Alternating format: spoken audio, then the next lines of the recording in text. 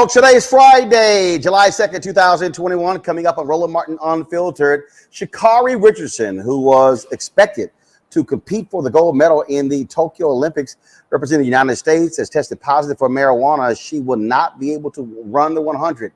Is it unfair that she got a 30-day suspended sentence? Lots of conversation, folks, about this. We're going to talk about this on today's show. Also on today's show, we continue the battle when it comes to voting in this country. The latest is what will now happen? Will Democrats get even more aggressive in combating Republican voter suppression? Also, in Kentucky, former state senator Charles Booker said he is going to be running against Senator Rand Paul in next year's election. We will talk to him on today's show. Also, in our Education Matters segment, we'll talk with Darrell Bradford, who is the new president of 50 and the Ed Reform Group. Folks, lots to discuss on today's show. It's time to bring the funk. I'm Roland Martin Unfiltered. Let's go.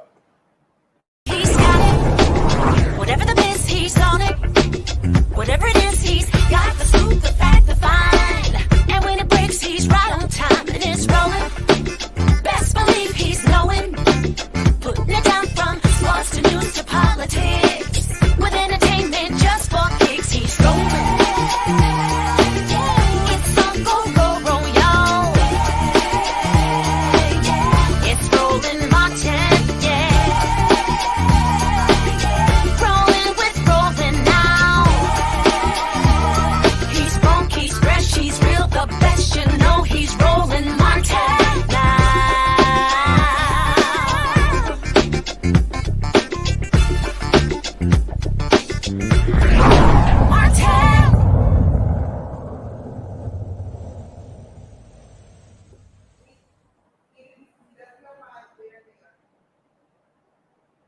All right, folks, let's get right to it. Our top story is Sha'Carri Richardson, the track phenom out of LSU, who hails from Dallas, Texas, was expected to compete for the gold medal for the United States in the Tokyo Olympics in 100 meters. But before the Youth Olympic trials, she tested positive for marijuana. The decision came down, was announced today. She got a 30-day ban as a result. Here's the problem.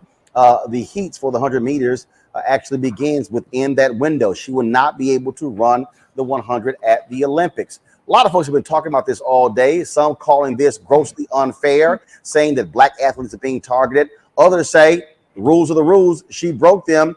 That's the case. I want to go right to my panel to talk about this here. Faraji Ahmed, a radio and television host out of Baltimore. We also have Michael Imhotep, host of the African History Network, and Brittany Lee Lewis, political analyst. Okay, Brittany, let's start with you. Is this unfair that Sha'Carri Richardson will not be able to compete for 30 days because she failed a test? She went on the Today Show. She admitted that she did indeed do this. She said she made a mistake, has to live with the consequences. Your take? Yeah, so I'm glad that she's taking accountability for her actions. I think that was absolutely the first thing to do. But I do believe that the rules governing marijuana usage at the Olympics are both vague and extremely subjective, Roland. I think it's pretty clear that marijuana is more therapeutic than it is harmful, since we see it as medicine and it's legalized in more than 30 countries. Not to mention the recreational marijuana is, although it's prohibited by the World Anti-Doping Agency, right, which governs this overall, their rules do state that it can be used in competition if an athlete has an approved therapeutic use exemption. So essentially, athletes can and do use marijuana if they obtain permission in advance. So yes, Sha'Carri should have taken the appropriate channels to get cleared to smoke, but let's be clear, it's not steroids and it's not a performance-enhancing drug. The other reason the committee says that smoking marijuana is against the rules is because it's a violation of the spirit of the sport. And I feel like that's really a vague way of saying you need to be a role model. And I think, again, it's not their job to be role models. I think it's their ability to demonstrate their ability as an athlete when they're competing. And then, of course, lastly, can we give her some humanity? She just lost her mother. She wouldn't be banned if she was using an antidepressant. And if we think of marijuana as a medicine that helps alleviate depression and anxiety, we should really let that girl run. The rules are subjective, outdated, and unfair. But Faraji, the rules are not subjective. The reality is this here. Every athlete knows the rules. They are given a list of banned substances that they cannot use. They are tested. They know they are tested. Anybody who also knows that when you're the run up to the U.S. Olympic trials, you're going to be tested. And so the bottom line is she knew the rules. She broke them.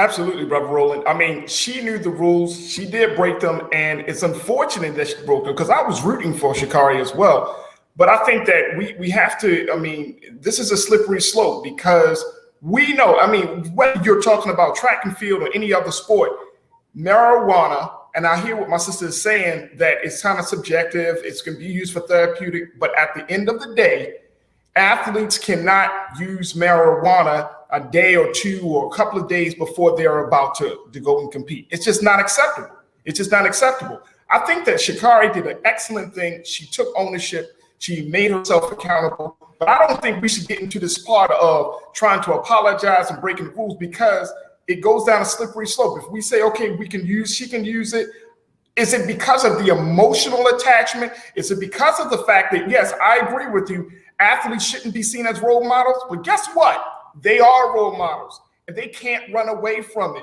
Okay. So we know that they don't get paid the big bucks. LeBron James and Michael Jordan. I mean, when you go down the litany of athletes, male or female, people love role models. So this, you know, at this point, it was a bad choice, a bad decision. Unfortunately, it cost her a lot, but I hope and pray that she's able to learn from the situation and kind of get back into the game. As I said, she went on the Today Show where she talked about exactly what happened. Here's what she said. I want to take responsibility for my actions. I know what I did. I know what I'm supposed to do. I'm allowed not to do, and I still made that decision. But not making an excuse or looking for any empathy in my case, but just, however, being in that position of my life, finding out something like that, something that I would say is probably one of the biggest things that have impacted me positively and negatively in my life when it comes to dealing with the relationship I have with my mother. So that definitely was a very heavy topic on me, and people don't understand what it's like to have to, or people do. We all have our different struggles. We all have our different things we deal with. But to put on a face, to have to go in front of the world and put on a face and hide my pain, like who are you, or who am I to tell you how to cope when you're dealing with a pain or you're dealing with a struggle that you've never experienced before or that you've never thought you would have to deal with. Like, who am I to tell you how to cope? Who am I to tell you that you're wrong for hurting? So I think just honestly, just leading up to that, dealing with my mental health, dealing with my mental as is with leading up to the games, every time stepping on the track, definitely expected to be a record-breaking time or something like that. So just with that, pressure in itself was also just another thing. With this actually been my first full professional career, my first full professional circuit this year due to, you know, the pandemic. So just considering all of that put together, long time with my agent, my sponsor, my sponsorship, my family, knowing we dealing with all of this during time. So. All right, so here's what happened. So she had discovered from a reporter that her biological mother had passed away. Right. So what her folks were saying is that then, you know, for her to cope, then she actually took marijuana. Michael, obviously anybody can empathize with that devastating news. Right. But there's also a reality. Mm-hmm. You've been running track your whole life. You've been running track in high school. You ran track at LSU. You now are a world-class sprinter. For your entire track life, marijuana has been banned. Right. It's on the ban list. This is not, and also it's the rules of your sport. If this is the NFL, where if you fail a drug test, you go into their program, you continue playing. They have a protocol established. The NBA has a protocol established. I understand that this is sports. I understand about healing. We've had people on talk about the therapeutic benefits of it. But the reality is the sport in which you are in, that's simply not allowed. I equate this, and I say this to my nieces and nephews, to other people as well. Marijuana is legal in Washington State, Oregon, California, DC. But guess what? It's not legal in America. marijuana is not legalized in this country. Right. Employers out here can require you to take a drug test. And if you fail the drug test, you can't get the job. Now, I feel people who say, man, this makes no sense. It's a natural plant. But if everybody knows the rules and you broke the rules, you suffer the consequences of the rules. Yeah, you know, Roland, this is tragic, and I've researched this as well. So here's my take on this. Number one, she knew the rules up front. Two, there are extenuating circumstances with this. Now, I want people to understand she could have faced a 3-month suspension because that's based upon the rules of the U.S. Anti-doping. Yeah, could have been 3 months, which means she's completely out of the Olympics. She still has an opportunity to be put on the 4x100 relay team, but she's going to miss the 100 meters, which is where she was favored to win the gold medal. So basically, athletes who test positive for a substance of abuse, which THC was newly classified as in 2021, usually receive a 3-month suspension if they can establish that their use of the substance occurred out of competition and was unrelated to the sport performance. Now, she entered into a counseling program, so she is only getting a 1-month suspension. Compare that to Michael Phelps in 2009. He got a 3-month suspension. I know people want to hear Roland see compare this to Michael Phelps. Those are two different situations. But also for everybody who's watching, right? It ain't apples to apples. Right. Michael Phelps, a photo was shown of Michael Phelps with a bong, which was 6 months after the Olympics, the 2000 Olympics. He never tested positive. Right. So I've already seen that. Oh no, Michael Phelps, the white boy, they let the white boy. Well, this is what happens when people recycle BS memes that they didn't go research before they retweeted them and reposted them. This is what happens when you do this. Because if you had done a 5-minute Google search, you would have realized that Michael Phelps lost sponsorship from Kellogg. He lost the Olympics withdrew financial support from him, and his suspension was 3 times as long as Sha'Carri Richardson. Now, to make a long story short, based upon the circumstances here, she's admitted, she didn't say, they lied. She accepted responsibility, and she entered into a counselor program. Based upon the circumstances in this specific case, I think they should do the humane thing and let her compete in the 100 meters based upon the circumstances, and she entered into a counselor program also. But here's the deal. But here's the deal. You say do the humane thing, okay? But there are other athletes. Sure. And so again, look, I'm from Texas. Right. I would love to see the homegirl from Texas run. Right. And we all want to have empathy. We want to have compassion, Brittany. But look, there's another sister I'm going to pull up in a second. Another sister who had gotten suspended. She had gotten suspended, and what happened was she was a hurdler, and her name was Brianna McNeil. She got a 5-year ban because she missed her drug test. Now, she says she had an abortion, and she said she missed the drug test 2 days after her abortion. What happens with their rules, Brittany, is that your drug testing, you don't know where you're going to get drug tested, and so they call you, and it's like, we're on our way.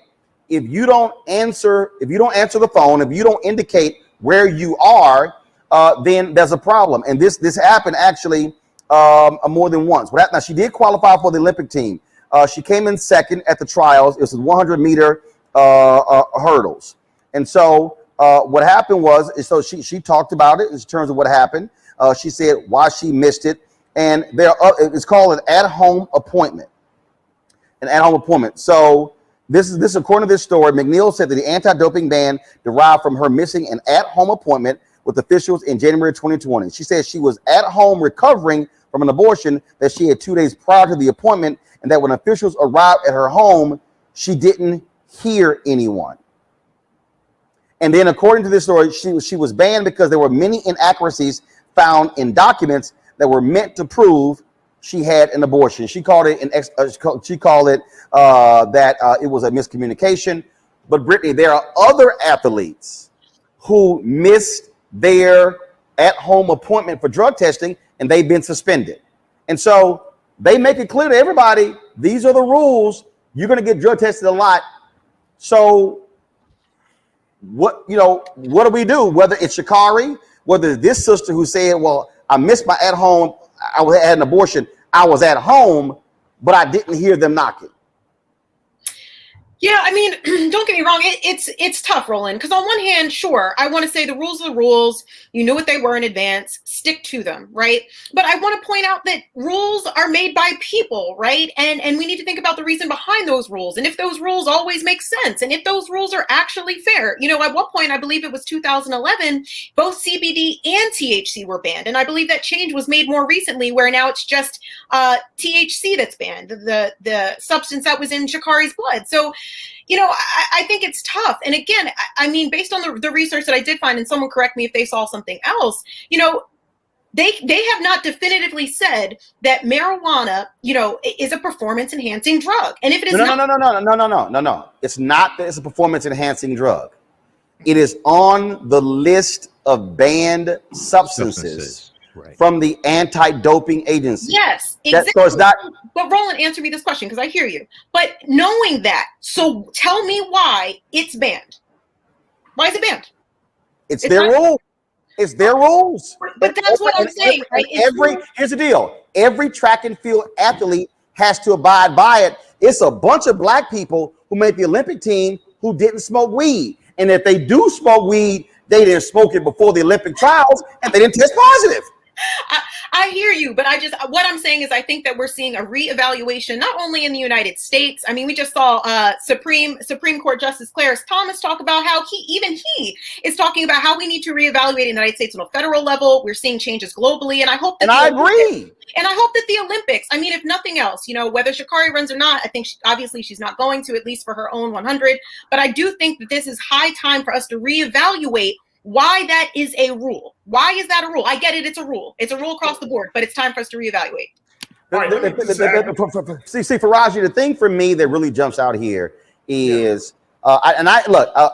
Benjamin Dixon, I'm going to pull up Benjamin's tweet, and I think Benjamin is like wrong as hell on this one. Benjamin's on the show. I like Benjamin. This is the tweet that Benjamin sent out right here. He said, black athletes should just boycott Team America since Team America has such an issue with black athletes. No, I'm sorry, Ben. A whole bunch of black athletes made the team who didn't smoke weed, who didn't test positive, who didn't miss their appointments. I'm sorry. I don't see this as an attack on black athletes because one star messed up. I just don't. But Roland, I agree with you 100%. But let's look at what Brittany you pointed out. Rules are made by people. That's everything. I mean, we live in a society where rules are made by people. I mean, yeah. I mean, hell, I own a company. I make rules. Your ass gotta show up at work at 11 a.m. If you walk your ass in here consistently at 1 o'clock, your ass ain't gonna have a job with me. I mean, but that's what I'm saying. The rules are made. Now, here's the other thing. THC, we know it's on the list, but it's more importantly, it's also a drug. No, it doesn't enhance. It doesn't make you jump faster and all of those things. It slows you down. As an athlete, your speed is everything. Whether you're talking about football, baseball, basketball, track and field, soccer, your speed, your awareness is everything. I mean, there is a reason for this. Now, I think that the larger conversation about all of this, we have to ask this question. Is this the example? If we're talking about push for Sha'Carri, what is the example that we want to set for black girls in track and field? What is the example? What do you say to a black girl, to a young black girl? Sha'Carri is 21 years old. She is, as Roland laid out, from high school to college and the whole nine. She has been in this whole field. She's 21 years old. She still has a lot of maturity and a lot of growing to do. But for those who are looking at her and the black girls that see themselves in Sha'Carri Richardson, what should we say? See, we talking about the now. We have to look at the future because should not be in a space to advocate for Sha'Carri now, because then that opens the door for us to advocate for what? The next black girl later? No, These are black athletes. If you're an athlete, you take care of your body. They often say your body is your temple. And if that's the message that we want to get across to young black girls and black boys in any field of sport, then we should look at this and then use this as a teachable moment to help them to see that if you break the rules, if you decide not to do what's required of you to do, you're going to suffer the consequences. I just think here, Michael, and we're going to talk about another story that has an impact that deals with black people in the Olympics, which I think the Olympics, they are dead wrong. Mm-hmm. And this is what, again, that I would say this to, again, my staff. I would say it to my frat brothers. I would say it to my church members. I would say this to my nieces and nephews. I would say this to other family members. I hear you. I do believe that we have this different system. I think it's crazy that right now you got marijuana, that's a multi-billion-dollar industry, that's legalized in some states, but not others. Right. I believe that you have these differing approaches to it. You've got some prosecutors who say they're not going to prosecute minor marijuana arrest. There are people who say you shouldn't be drug testing or causing people to lose jobs or not get jobs because of marijuana. But here's what I know and understand. It ain't the law right now. I think that you can fight to change it. Right. I think that you can fight to change with the Olympics. Football players fought for the NFL to alter their rules when it came to marijuana, and they did. The NBA players, they fought to change the rules, to alter it, and they did. And so it's a different approach there. But what we're dealing with here is that all track and field athletes across the world, and I think this is the most important thing that our people watching, and I've been seeing every kind of comment. Right. Athletes across the world are giving the same list. Now, we know they're cheaters. We know the Olympics banned the Russian team because all of them were doping. We know back in the 80s and 90s, the Eastern Russian, we ain't going to talk about how they were doping. We could go on and on and on. And we also know the number of American athletes who have been busted for doping and performance-enhancing drugs. This boils down to here. How you cope with grief is something that we have to deal with. But you were preparing for 4 years for this moment. The Olympics is every 4 years. You made the team. You performed well. But part of performing is also the drug test. They all go together. Right. You can't say, well, hey, she could have won the gold. We all let her run. Because every other athlete who went to the U.S. Olympic trial had to pee in that cup. Every single one. Come on. Right. Yeah. I think this whole thing is a little complicated. I went and read the rules. And there is an appeals process. Here, one, she accepted responsibility. It's not like she's saying, oh, they're lying on me, they're setting me up. She's accepting responsibility. She told what happened. Two, she entered into a counseling program as well. In the appeals process, based upon the circumstances, her mother died, her biological mother died, and she's dealing with a lot. Now, if it had been a situation where she had tested positive for marijuana previously before other races and everything I read, this is the first time she's tested positive, well, then I would say no. But in the appeals process, I really hope they have take all this into account and let her compete based upon these circumstances. But I do understand the rules. And I also understand, they have an appeals process for a reason as well.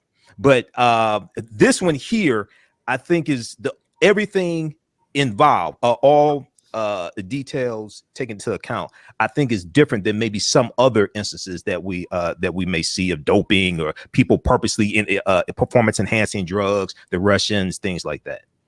Okay, so now let's talk about what I do believe is an anti-black story that we need to be dealing with right here. Right. So check this out. Swimming caps, where'd it go? Where's the story? Swimming caps for natural black hair ruled out of Olympic Games. International Swimming Federation rejects the use of soul cap, saying it does not fit the natural form of the head. That right there, Faraji, meaning if your ass was a swimmer, you, Faraji, could not put on a soul cap with that look you got right now. Folks, Soul Cap, I'm gonna show you right now. So Soul Cap, they are a company out of the UK. This is what it looks like. They're a company out, let's go full screen, please. They're a company out of the UK, and they make swimwear and caps for all hair types. I'm just gonna show you. And so this is the tweet that they sent out. They say, with the power of people, changing the water is possible for the first time in history. The incredible Alex Deering will represent Team GB, that's Great Britain. But they here say, thank you to all the swimmers who have given their thoughts and experiences when it comes to the barriers to swimming. It's time for a change. Hashtag swim for all. And then here's another tweet, June 30th. A huge thanks to all who have supported us in our work so far. We don't see this as a setback, but a chance to open up a dialogue to make a bigger difference in aquatics. Michael and Tox. Faraji, now this is bullshit. This right here, because these black, first of all, everybody watching now realize, yeah, black folks, we swimming. Right. So what's happened is, this has always been a white sport. We ran the video, I think, last week of Cullen Jones, who won medals for the United States. You're now seeing more black swimmers. Well, black folks who wear their hair like yours, Faraji, they ain't wearing them no more swim caps. Now this is nonsense. Absolutely. Here's what I want to bring our attention to, because the sister Danielle Obi, who serves as the founding member of the Black Swimming Association, she made a very, very important point. It has generally been that Speedo has been the producer of these swimming caps. She made the point saying, Speedo caps don't fit our head. And I can't make this up, and I love the quote. She says, black hair grows up and defies gravity. I want everybody to think about this. It grows up and defies gravity. So that means that thing is coming out. It's just going all types of ways, right? So with that, I think, and I'm with you on this, Brother Roland, like at the end of the day, and we're starting to see in this particular Olympics, there seems to be more, some might say microaggressions. There seems to be more slight on black culture, black expression. We're talking about soul caps right now. We got to talk about the situation where a couple of months ago, Black Lives Matter apparel was banned at the Summer Olympics. We got to talk about Gwendolyn Berry and how they played the Star Spangled Banner and how that situation turned out. I mean, we're seeing that there is, and I get what the Olympics is trying to do through the IOC, the International Olympic Committee, saying that, look, we're trying to preserve the spirit of the sport in the case of oneness and not make people distinct. But guess what? That's not reality. Black swimmers, the hair, the way the body is shaped is different for each person. And that is insane to try to put everybody in this cap, but claim, that this thing is going to be inclusive when in reality, it's exclusive. It does not allow athletes to be themselves. It does not allow this platform to allow athletes to express themselves. So this is complete BS. So here's what's going on here, Michael. And let's just be clear. There has been, whiteness has defined the world. Right. Whiteness. Mm-hmm. Yes. You've had sports like swimming that have been defined by whiteness. Right. Now all of a sudden you had white folks with their hair, and let's be real clear, you've had some other swimmers, you had some folks from Italy. Yeah, Hannibal went over there, and him and them 20,000 Africans did a whole lot of damage over there. You got some other folks, but the reality is, because you're now seeing more black people also reject European hair standards, saying, no, hell no, I want to wear my hair natural. They are going to have to accommodate that. And I'm telling you right now, this to me this is where a lawsuit should be filed. This is why the Crown Act is being passed in America. It outlaws hair discrimination. This ruling here is hair discrimination. Yeah, it definitely is, man. You mentioned Hannibal Barker. I think you referring to the Battle of Cannae 216 BC, but that's a no. I'm referring to them 20,000 Africans who went over there in Italy and caused some damage. That's why you got a whole bunch of Italians got sickle cell because they're black. Well, yeah. The Moors were in Italy also. The Moors were in Italy. But when you look at this, man, it's something very interesting that they said here. The FINA, they said that the soul cap does not follow the natural form of the head.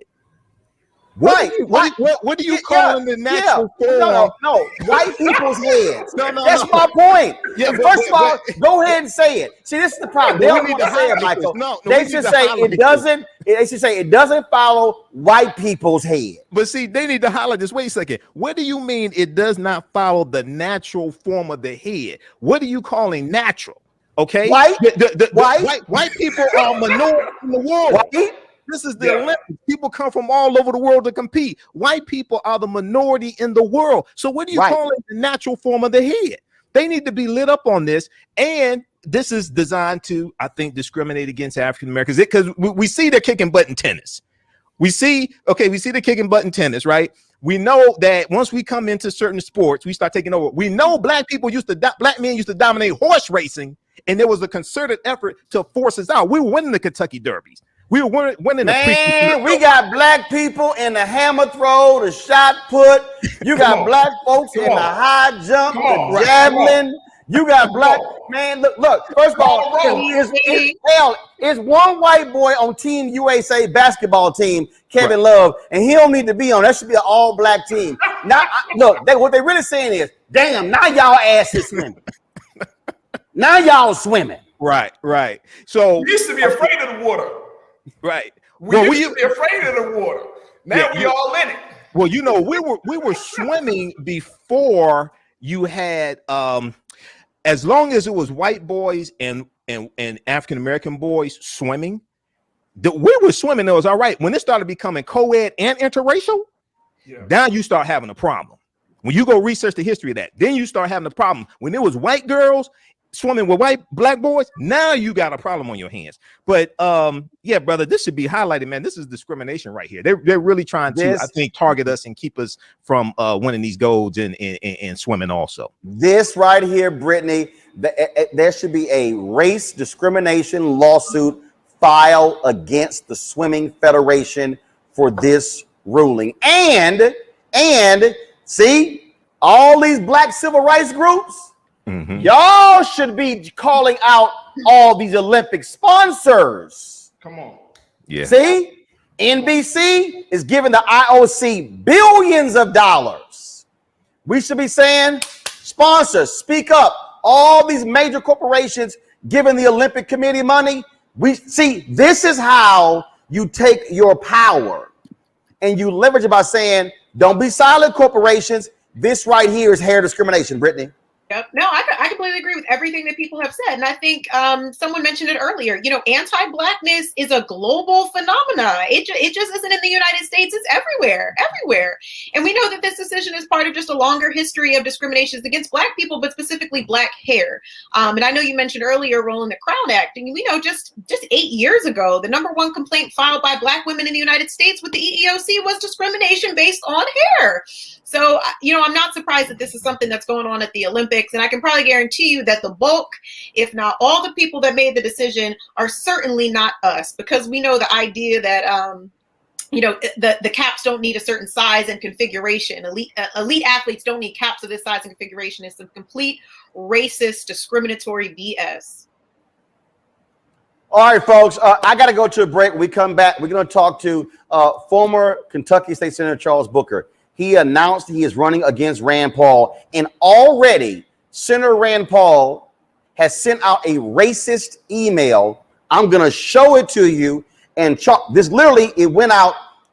Charles sent the tweet out 34 minutes ago. The email went out at 1:19 p.m. Charles is going to give his first response to us right here live on Roland Martin Unfiltered. That's next. I believe that people our age have lost the ability to focus the discipline on the art of organizing? The challenges, there's so many of them and they're complex, and we need to be moving to address them. But I'm able to say, watch out, Tiffany. I know this road. That is so freaking dope.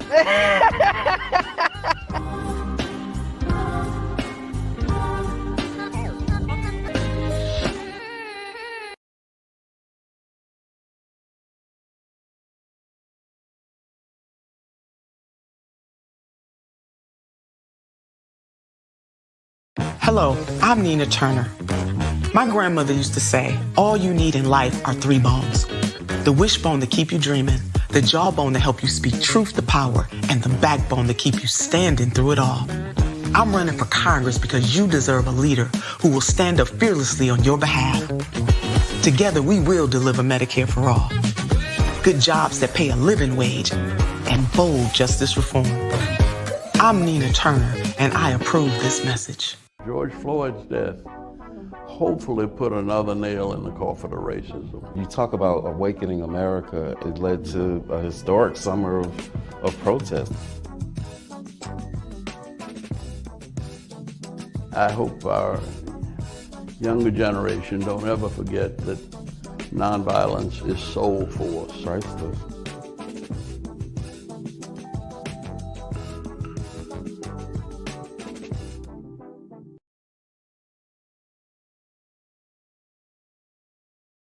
What's up? This is Aldous Hodge, and you're watching Roland Martin Unfiltered.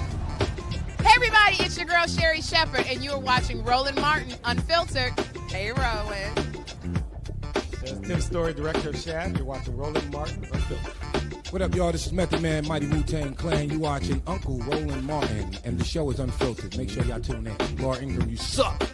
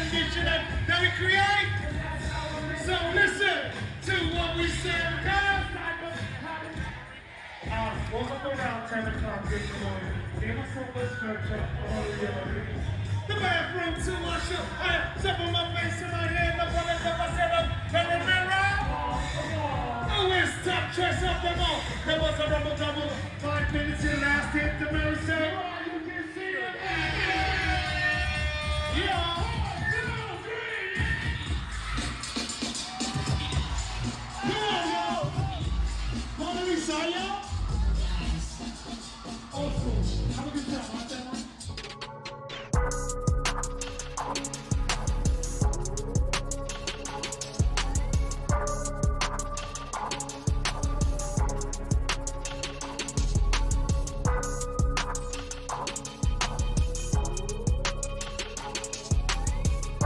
Y'all better ask somebody. Ain't nobody got that kind of footage except Uncle Roro. Slick Rick on stage at the Coca-Cola booth on their main stage at Essence Festival. Yeah, that's how we roll, y'all. This is a live look right now of the Essence Festival, a Live Loud virtual experience happening. You can go to Essence Festival. You go to essence.com, essencestudios.com. Actually check it out. But y'all don't do that until y'all finish watching Roland Martin Unfiltered. So y'all can watch the replay. But again, this is a live look right here of the virtual Essence Festival happening right now. We got so all weekend we're going to be showing you old concert clips, throwback footage, you name it. We're going to be showing you. This is happening all weekend, and so the concerts start. The concert starts, and then of course you're going to have all weekend. So Friday, Saturday, Sunday. Virtual Festival Essence, and we so appreciate Coca-Cola partnering with us to be able to bring you these Essence Festival throwbacks. All right, y'all. Today, Charles Booker dropped the news that he is running against Rand Paul. Remember, he ran for the Democratic nomination to face Mitch McConnell in 2020. Amy McGrath, she won. She got destroyed in the general election. Booker came within 30,000 votes of winning that primary. Now he's taking on Senator Rand Paul. This is the campaign video that Charles dropped. Freedom. It's been the story of America, or so they say. Because we know the truth. For so many people across Kentucky and across the country, freedom hasn't been freedom for us. I come from a long line of Kentuckians. I've had ancestors who were enslaved in this Commonwealth, lynched in this Commonwealth, fought for desegregation in this Commonwealth, because we knew freedom wasn't something that was going to just be given to us. We had to struggle for it. What we have are these politicians who have been free to exploit us. Yeah. Right. Yeah. Freedom to rob us. Yeah. Freedom to tell us that we don't deserve better. Yeah. And all we can ever afford to have are politicians who don't care whether we live or die. Right. That's not freedom. No. Well, the people of Kentucky are my family. Yeah. One thing I was taught early on is that you fight for family. Yeah. We can make freedom ring true. Absolutely. Yeah. We can make it ring for everyone. Yes, sir. We can build a future where Breonna's door isn't kicked in. Yeah. We can make freedom mean that every community across Kentucky is thriving. Yeah. With a good paying union job. Yeah. That we're not just working to struggle less, but that we're owning. Yeah. We're creating. Yeah. We're building pathways to wealth all over Kentucky. We're going to take this message from the hood to the home. And so as we go into this day where we celebrate our independence, let's commit to making it mean something. Yeah. Yes. Yeah. And I'm not just asking that of you. I'm going to lead by example. Okay. All right. And it's with that understanding that we have to lead ourselves that I'm going to run for United States Senate. Yeah. All right. Yeah. Woo! We're going to make it ring. Yeah. Because Kentucky deserves it. I believe we're ready for this moment. Yes. If you're ready to prove the doubters wrong, let me hear you say yeah. Yes. I believe we're ready to heal and grow and thrive and make sure the opportunity rings true for everybody in this Commonwealth. Yes. Are you with me? Yes. Are you with me? Yes. Are you with me?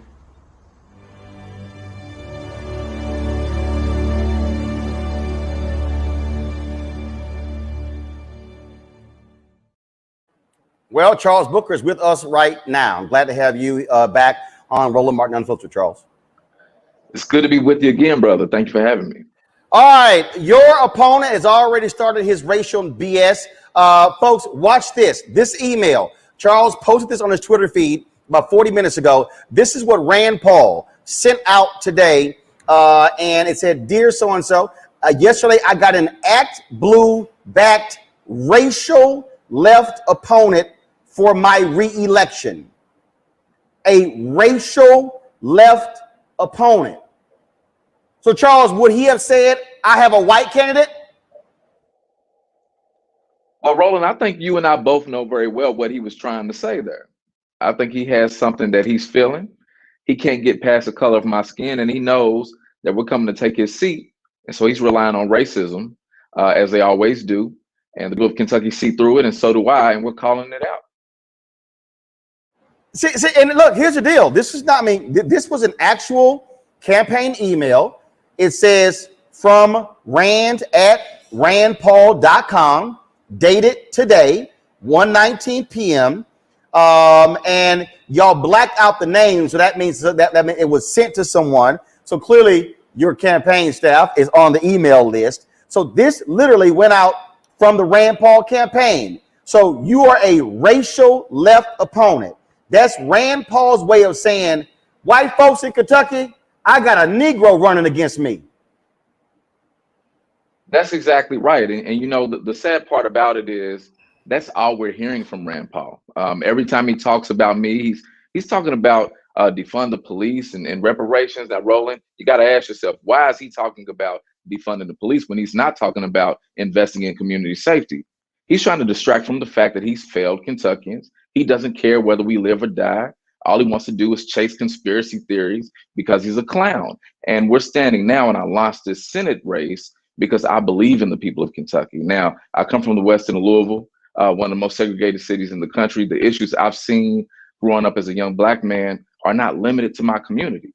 We have common bonds across Kentucky. And if we stand together, we can win together. And we're ready to stand right now and show that we're going to get him out of office. You ran against Amy McGrath for the Democratic nomination to face Senator Mitch McConnell.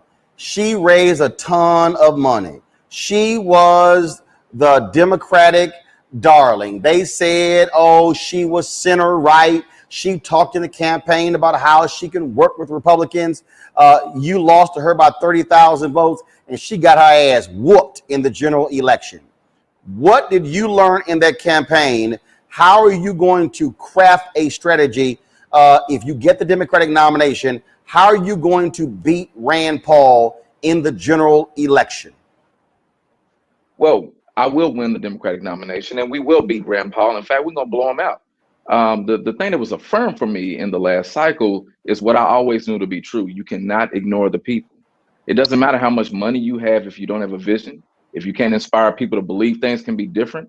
There's a lot of cynicism that's very real in our politics because all we've had are these corrupt politicians who are playing and laughing to the bank while we suffer with poverty or ration our insulin. And there's a reason that people have given up in a lot of respects. And I'm trying to lead by example to say that if we lean into organizing, if we lift up our common bonds, if we actually listen to folks in urban and rural areas alike, Black, white, and brown, if you listen to folks, you'll hear that they want a vision where everyone has health care, where people have clean water and clean air and good paying union jobs. You'll hear that.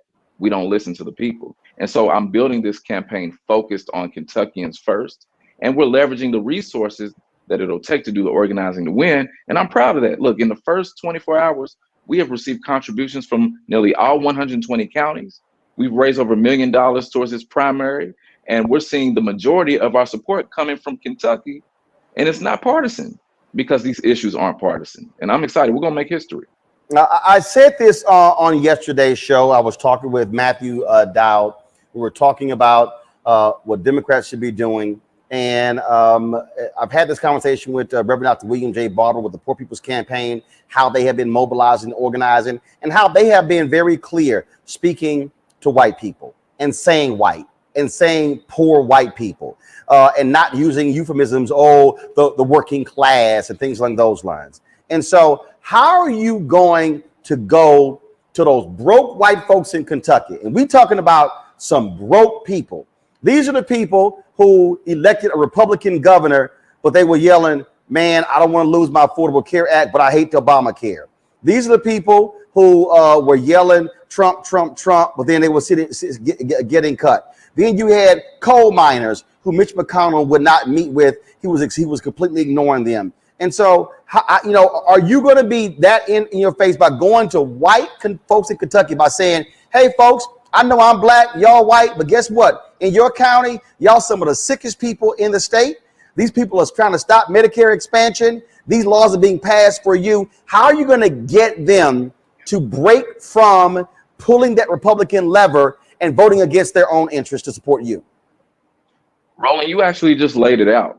You know, one thing that's true in All our right, politics, I'll come to Kentucky and talk to the white folks for you. I'm sorry, go ahead. You just laid the strategy out. Look, in Kentucky, in our politics, we have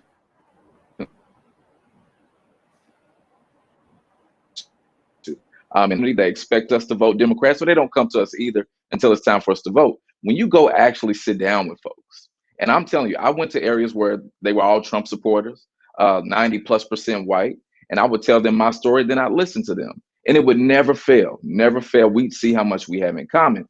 But it goes to your point, we got to tell the truth. When you go talk to those miners in Eastern Kentucky, they know those jobs are gone. They know they're not coming back. When you talk to those small farmers that are suffering with poverty too, they know they need health care. They know they need more money in their pocket. We need to talk about the real issues and not be afraid to tell the truth. And this email that Rand Paul sent out today saying that I'm a racial left candidate, we know what he's saying. Look, Republicans will weaponize hate and racism. And in a lot of ways, Democrats have tried to run away from it. We have to go to it and call it out and disarm it with love and unity and the power of coming together. This is not new. And if we lead now, we will win now. And we absolutely will do that. Got questions from my panel. Brittany, you're first for Charles Booker. Congratulations. I pray that you get elected. But with that being said, what would you say is your number one priority going forward? I know that you're, you have type 1 diabetes. So can we expect you to take on big pharma? What's the main issue that's motivating you? Absolutely. You know, my overarching platform is ending poverty, which truthfully means we have to pull up the roots of racism. And so that's why I lift up Medicare for all. That's why I lift up universal basic income. I've said we not only need a Green New Deal in Kentucky, we need a Kentucky New Deal. We need to own it. And I also lift up reparations because we have to get to the core of why inequity is structural. And so that's what you'll see out of me in the United States Senate. The Senate is blocking all of our progress as a country right now. It's clear. And we need leaders that are going to fight for us because they see us. Rand Paul's an eye doctor, at least he calls himself that, but he cannot see the people of Kentucky. And we're going to change that. Faraji Muhammad, your question for Charles Booker. Faraji, you on mute. There we go. Mr. Booker, real quick question. How do you plan to engage the next generation? And really, there is you talked about the level of cynicism that exists right now just across the board in politics. I mean, I don't envy you in wanting to run for public office. I mean, I admire the spirit, but there is a lot of cynicism, especially like in the state of Kentucky with Rand Paul and Mitch McConnell and everything. So how do you really plan to engage Black folks in a way to keep their hope, to keep our hope alive in this process? Because I feel like there are, and based upon some of the recent data, Black people are walking away from political parties in general. So this is a very, very critical time to get folks to believe in this system. How do you plan to make that happen? A lot of my plan and my vision for this race really comes from growing up in the hood. And there is so much power in us talking to one another, in us connecting with one another, and us building our capacity. And so while I'm running myself, I want to use my resources in this campaign to train more folks to not only be on campaigns, but to run for office themselves. I've talked to some of my own family who hadn't voted in a long time. And they told me, well, I would vote, but what difference does it make? Part of what I'm trying to do now is lead by example, to say that we have so much power that we are not seizing, especially in the United States Senate, because we have these folks that are disconnected from us making every decision about our lives, but we're not in the room. And when I was elected in 2018 to the State House, I became the youngest Black state legislator in Kentucky since the first one. I'm talking to a lot of folks in my community that have never seen someone like me stand up on the biggest stages and talk to folks like you all and speak the truth. That's contagious.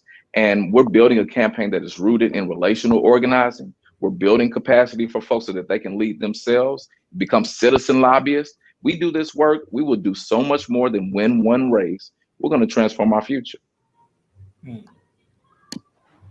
One of the things that we talk about the issues you mentioned, in those rural parts of Kentucky, obviously, healthcare is going to be a big issue. You are running against someone who is a doctor who claims that he is such an expert on these things. But one of the things that we talk about Medicare expansion, we talk about, these health issues, we keep seeing it in these red states, how they keep fighting it. And I'm sitting there going to these broke white people. I'm like, what are you doing? You are sick. These things help you. Reverend Barber told a story when they were years ago, when they were campaigning against for the issue, when they were campaigning against the closing of rural hospitals. They were at some parade, and he said some redneck walked up to him with a Confederate flag draped around his neck, tears in his eyes, saying, "Thank you for fighting for our hospitals." I just think that this is just one of those moments where we've got to put it all on the table, and I use this phrase all the time. Hey, black folks, a lot of black folks broke, a lot of white folks broke. When you broke, you broke. As Dr. Barber say, he said, when your lights get cut off, we all black. That's right. That's absolutely right. And one of the things that I believe is really important in this message I lift up from the hood to the holler, talking about our common bonds is speaking that truth and really helping folks to understand what's happening. Now, in addition to, if you look at every metric that would determine a good quality of life, Kentucky's at the bottom and damn near all of them. Kentucky has also been one of the most disenfranchised states. And so you're dealing with a whole population of folks that have been robbed of the ability to know what's happening and to know how to change it. And when we show up and speak that truth, I'm telling you, it doesn't take long for folks to realize, oh, I'm rationing my insulin and I don't have to do that because these big pharmaceutical companies are making money hand over fist while I die. Oh, okay, I'm working sun up to sundown and I'm not getting paid good money while these coke companies are left to the bank, filing bankruptcy, leaving us high and dry. We have to speak that truth.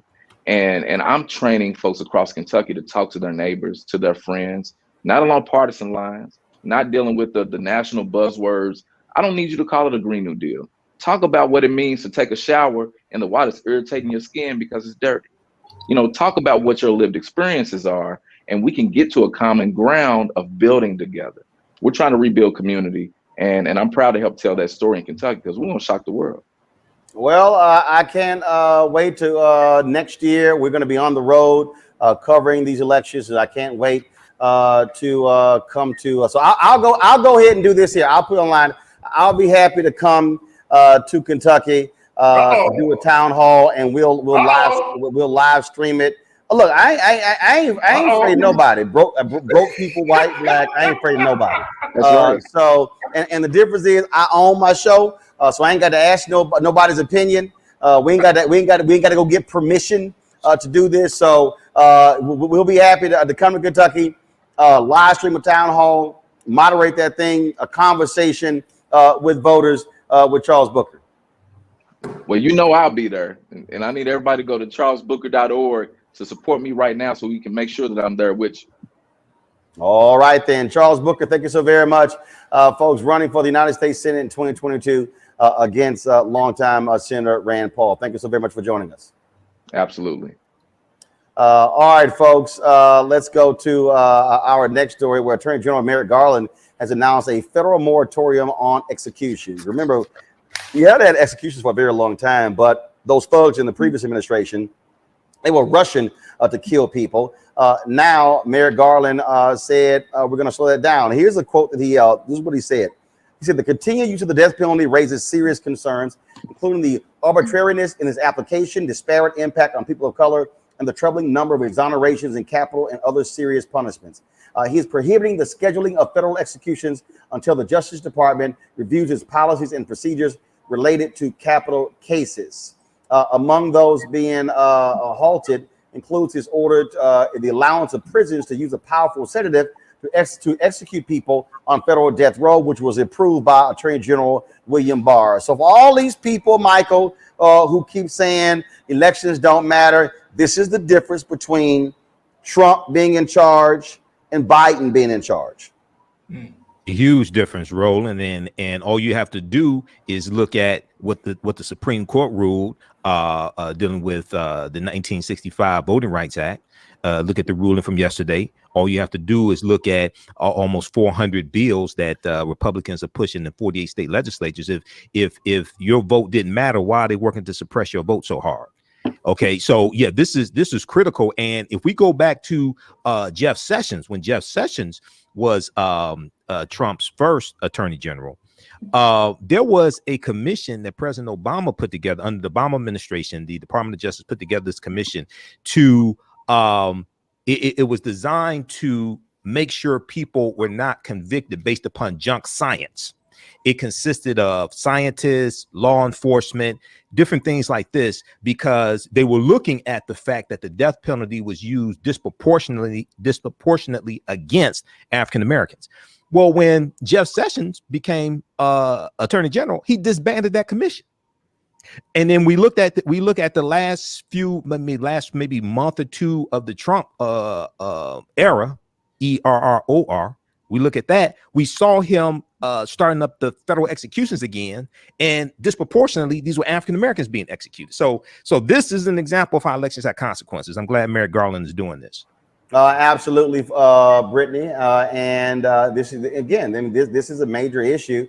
And I just keep telling people, y'all can sit your asses at home and not vote, but you'll get Trump. Look, there were several people who were executed, and they were rushing to killing people. Yes, and they were I mean, they were like, oh, we scheduling. They were trying to schedule executions up until his last days, and most of the people were black. Mm-hmm.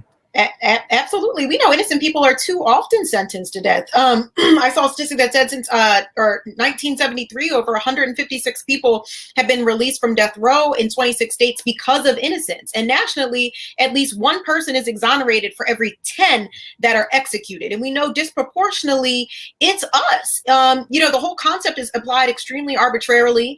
A lot of it has to do with how much money you have, the skill of your attorneys, the race of the victim, where the crime took place. And we know, unfortunately, people of color are far more likely to be executed than white folks, especially if the victim is white. And also, tons of studies show that the death penalty doesn't stop or curb crime, let alone murder. So it's about time that we have a change, and I'm definitely glad that he, is taking this step.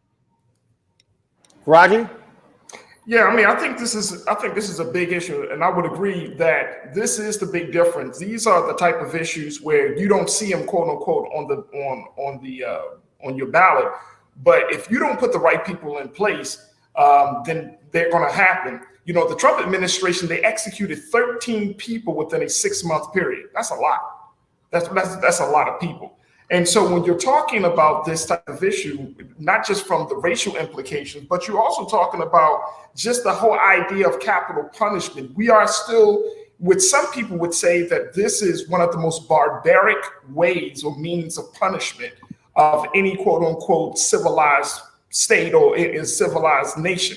So we're still in a space where this is happening. And so I'm happy that a moratorium has been placed. I'm happy, as A.G. Garland mentioned, that there's going to be some real evaluation.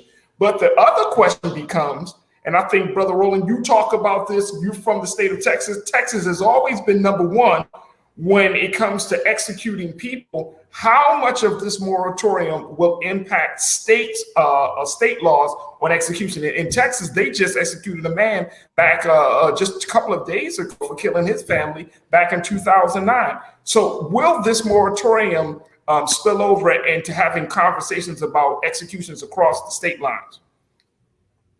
That's a very good point. This only applies to the federal level, and that's what we have. All right, y'all.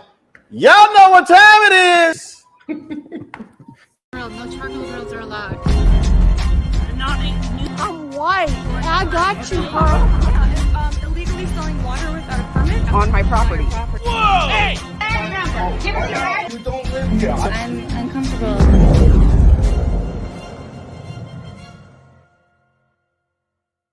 God have mercy. A police chief has resigned because he actually, this really happened.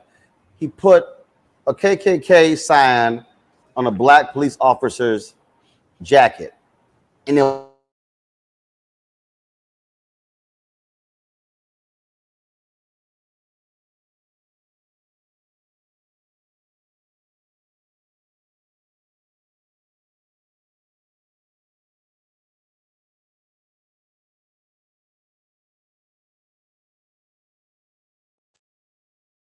so y'all, this is surveillance video.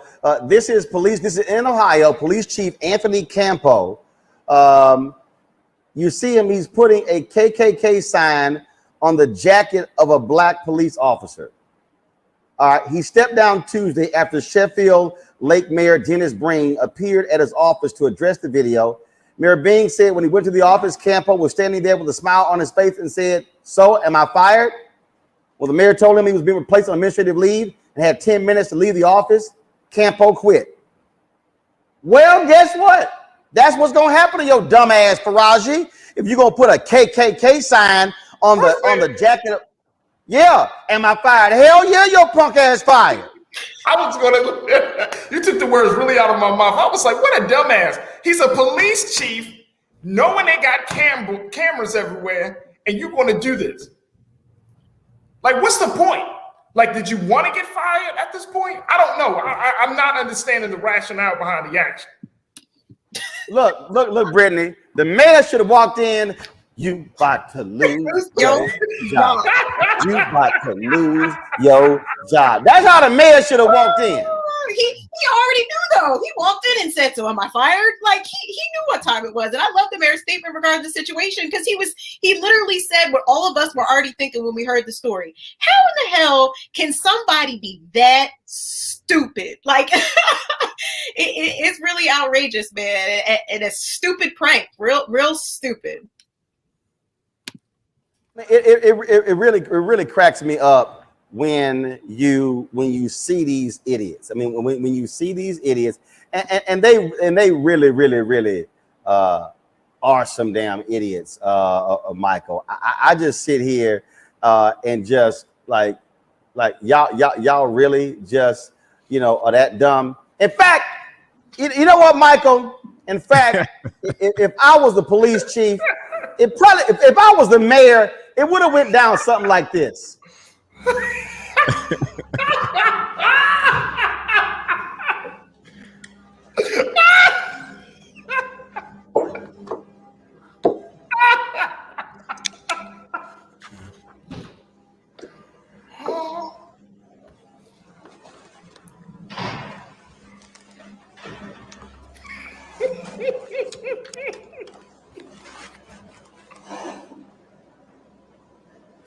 Now listen to me, little bitch.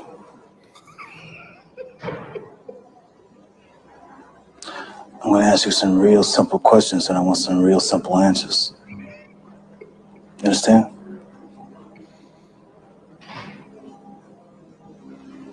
Let me get this right. That's how it would have went. That's what would happen. About 11:15. Yeah, you know, Roland. That's how I would have fired. Right. The bottle. You know. You know. 11:15. Exactly. Yeah, at 11:15. 11:15. Man, let me go to a break. So let me go to a break. I'm done. There's a lot more white people gonna get fired, man. But they need to investigate cases where he got black people convicted. They need to go. Some of those cases, they need to go research them because he could have set some people up. If he's coming up to do that. I agree. Yeah, I agree. All right, y'all. I agree. Y'all know that's funny. I'm sorry. That's funny as hell. You know you did. All right, y'all. When we come back, we're going to talk to Darrell Bradford, who is the new president of an education reform group, 50K, in our Education Matters segment. Also, we're going to talk to an expert on barbecue and Dick Gregory. The documentary on Dick Gregory airs on Showtime on July 4th. We will talk with the director of that documentary. Y'all, we still got a whole lot to go right here on Roland Martin Unfiltered. We'll be back in a moment. White supremacy ain't just about hurting black folk. Right. You got to deal with it. It's injustice. It's wrong. I do feel like in this generation, we've got to do more around being intentional in resolving conflict. You and I have always agreed. Yeah. But we agree on the big piece. Yeah. Now, conflict is not about destruction. Conflict's going to happen.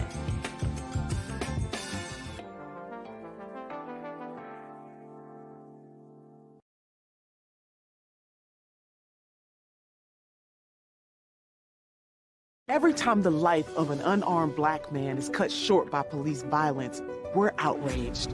When it happened here, I said enough is enough.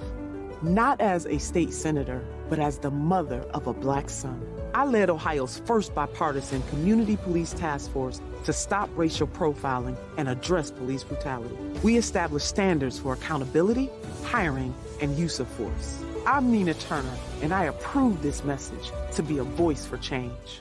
Before Till's murder, we saw struggle for civil rights as something grown-ups did. I feel that the generations before us have offered a lot of instruction. Organizing is really one of the only things that gives me the sanity and makes me feel purposeful. When Emmett Till was murdered, yeah, that's what attracted our attention.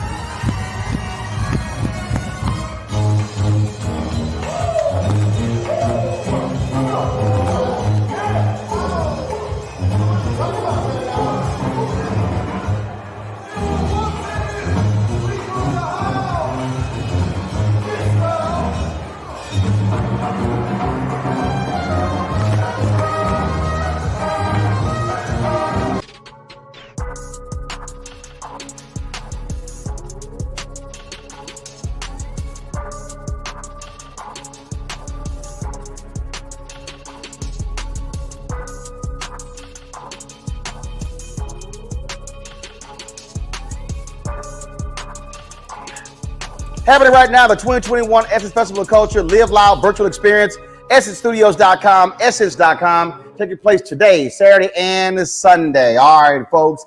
This Sunday is the premiere of a documentary on my man, Dick Gregory, the great Dick Gregory, of course, the comedian, the activist. Folks, it is an unbelievable documentary. I saw it 2 Saturdays ago on the last day of the Tribeca Film Festival in New York. Here is a clip. When they say this show features living color, you better believe it. Dick Gregory was one of the greatest political comedians to ever live. In about 6 more months, they're going to be forced to hire Negro bus drivers in Mississippi, so we're growing steering wheels so they can drive from the back of the bus. His stage presence was so smooth. Dick Gregory changed the entire landscape of stand-up comedy. Football's a fair sport for my people. Only sport in the world a Negro can chase a white man and 40,000 people stand up and cheer. Damn, he's talking to these white people like that. He just spoke his truth. What's overlooked is how unafraid he was. Are you out to give people a good laugh? Are you out to make a very definite point? I happen to believe that you can't laugh social problems out of existence. Dick knew how to take a heated issue, bring humor, and move forward. It encouraged people. I think people get confused and think that he was an activist who decided to be funny. No. His soul was that of a stand-up comic. He just could not do that in a world that was falling down around him. Now, I ran from Chicago to Washington, D.C. to dramatize that there's a need to feed hungry people. He ran for Native Americans. He ran for women.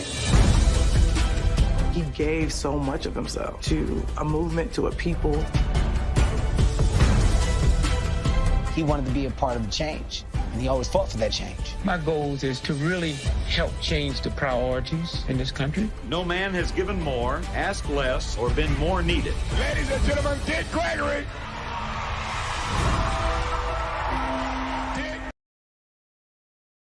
Documentary is called The One and Only Dick Gregory. Joining us right now is the director, Andre Gaines. Andre, how you doing? Good to see you. How are you? Doing great. How did you get involved in this particular project? Did it start with you? Did it start with Dick Gregory and his family? How did this whole thing start? It really started with me as an idea. I mean, you know, I saw Dick Gregory on the State of the Union back in 2008 when President Obama first ran. And I just was like, I've got to do something, you know, to tell this man's story. I mean, he was on this whole panel, you know, you remember it. It's just a panel of every great black. Yeah, it was Tavis Smiley's State. It was Tavis Smiley's State of Black America and State of Black America report. Yeah, panel. State of the Black Union. Yep, State of the Black Union was on C-SPAN, and he was on there with all of these dignitaries and politicians and just everyone who does not share the mic very well. And he managed to completely bring down the house. And I was like, wow, this guy is extraordinary. I mean, when I grew up in the 80s, I didn't know him as my contemporary comedian. That was Bill Cosby, to be honest. You know, that was maybe Richard Pryor. We'd sneak away and see some of Eddie Murphy's stuff. But Dick Gregory, I knew as the guy who had the Bahamian diet, who had the shakes. So I didn't really know him as a comedian. And so when I got a chance to actually see him do his work as a comedian, it was astounding. I was like, wow, this has got to be a story to somebody to tell. And I really wasn't prepared to tell that story until about 2015, and that's when I first reached out to him. Cold call, like so many of my other relationships in Hollywood have been established just by picking up the phone. And luckily, nobody's hung up the phone in my face yet. So he managed to actually fly out to LA, and we started filming him. And he was his son Christian told the story at Tribeca. It ain't like he was easy on you.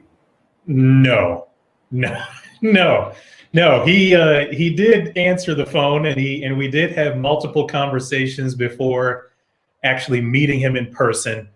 And then when I sat him down and interviewed him, you know, it was one of the most difficult interviews that I've ever done. I mean, I've been producing documentaries for a long time. This is my directorial debut, but I just know that sometimes subjects can be a bit hard.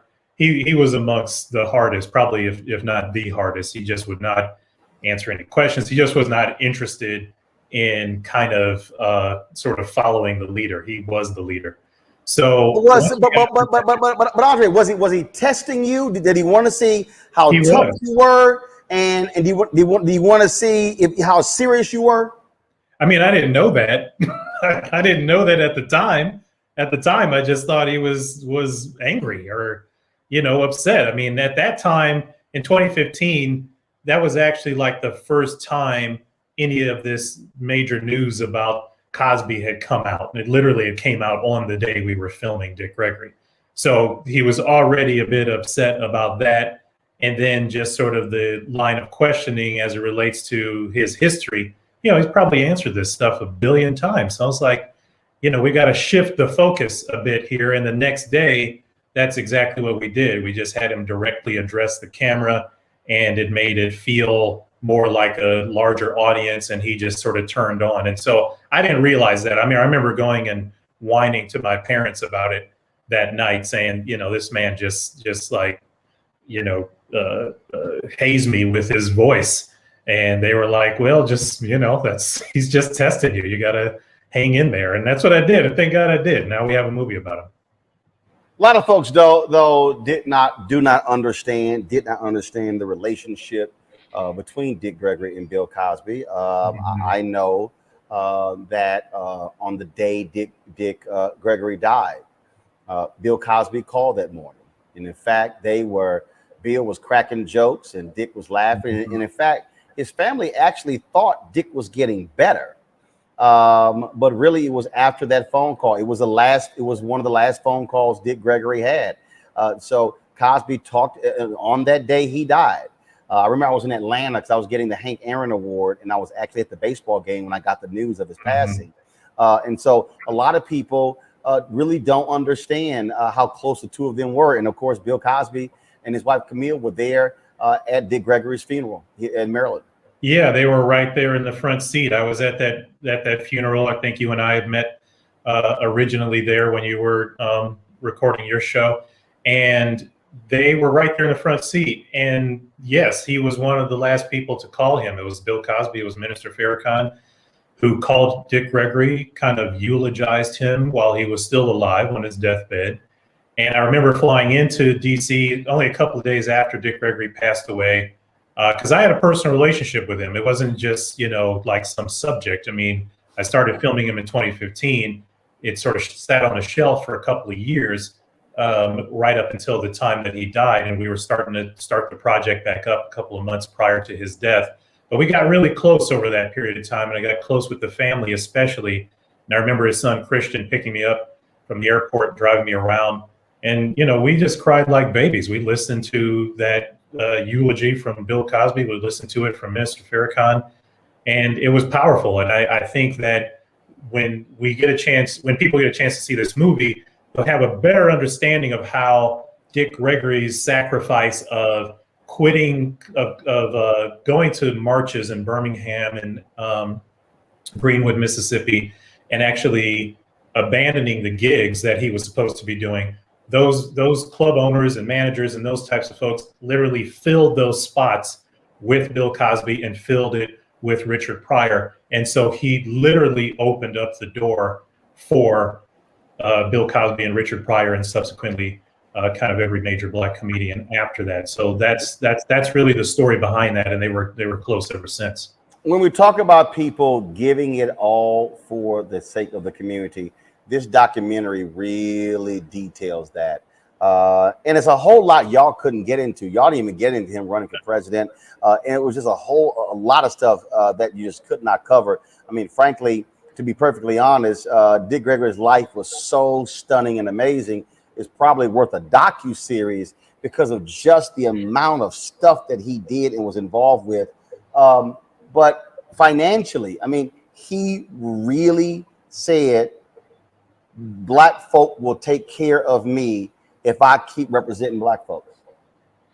Yeah, he did. I mean, I don't think people really understand, even the contemporary comedians that were so heavily influenced by him, like Dave Chappelle, Chris Rock, Kevin Hart, who's one of our executive producers, really understand what that means, like that level of sacrifice. I mean, I've talked, with Kevin Hart before about it. It's like, it would be like him leaving his huge career and going and exclusively, working for and joining the Black Lives Matter movement, of which, activists are not rich people. I mean, they're sort of not associated with the same level of wealth that an entertainer or, somebody in Hollywood is.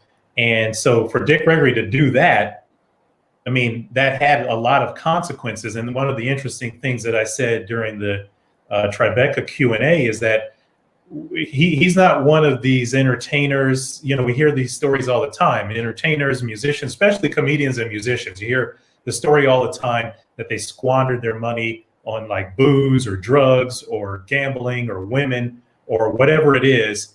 And he didn't fall into any of those categories. I had somebody ask me like, well, why didn't you sort of talk about this or talk about that? I'm like, he wasn't a scandalous person. He was scandal free. He wasn't mistake free. He wasn't, he was a human being. He had his foibles, but they weren't the type of dramatic foibles that you expect in these types of stories. This is somebody who literally said, here, I'm going to give it away instead of paying my kids' college tuition. I'm going to give it away instead of paying my mortgage. That's something that we can aspire to. It still had a lot of consequences, but it's something we can aspire to, really. I got more questions, but I want my panel opportunity to ask some questions. Brittany Lewis, your questions for Andre. Yeah, of course. So congratulations, first and foremost. I can't wait to see the documentary. Thank you. But I do want to know, Dick Gregory was such an important figure, not only to the Black community, but to the world. Was it difficult trying to capture the entirety of his life? Like, you're talking about a comedian, an activist, how could you do that without making the documentary like several hours, if not a day long? Well, it was. Yeah, I mean, I managed to get it, kind of just under 2 hours, which was at the request of Showtime. But we did have what, Roland is talking about. We did have the presidential run in there. We had a couple other things. And it just, from a narrative storytelling standpoint, there's some of these things you just unfortunately have to take out. it was very, very difficult. And you know, any filmmaker would tell you every movie breaks your heart just a little bit. And the reason why is because you have to abandon certain things. You have to cut out certain things. It's like the audience has, you know, only so much of an attention span. And in this situation, I mean, I produced series as well. I did another series earlier this year called The Lady in the Dale.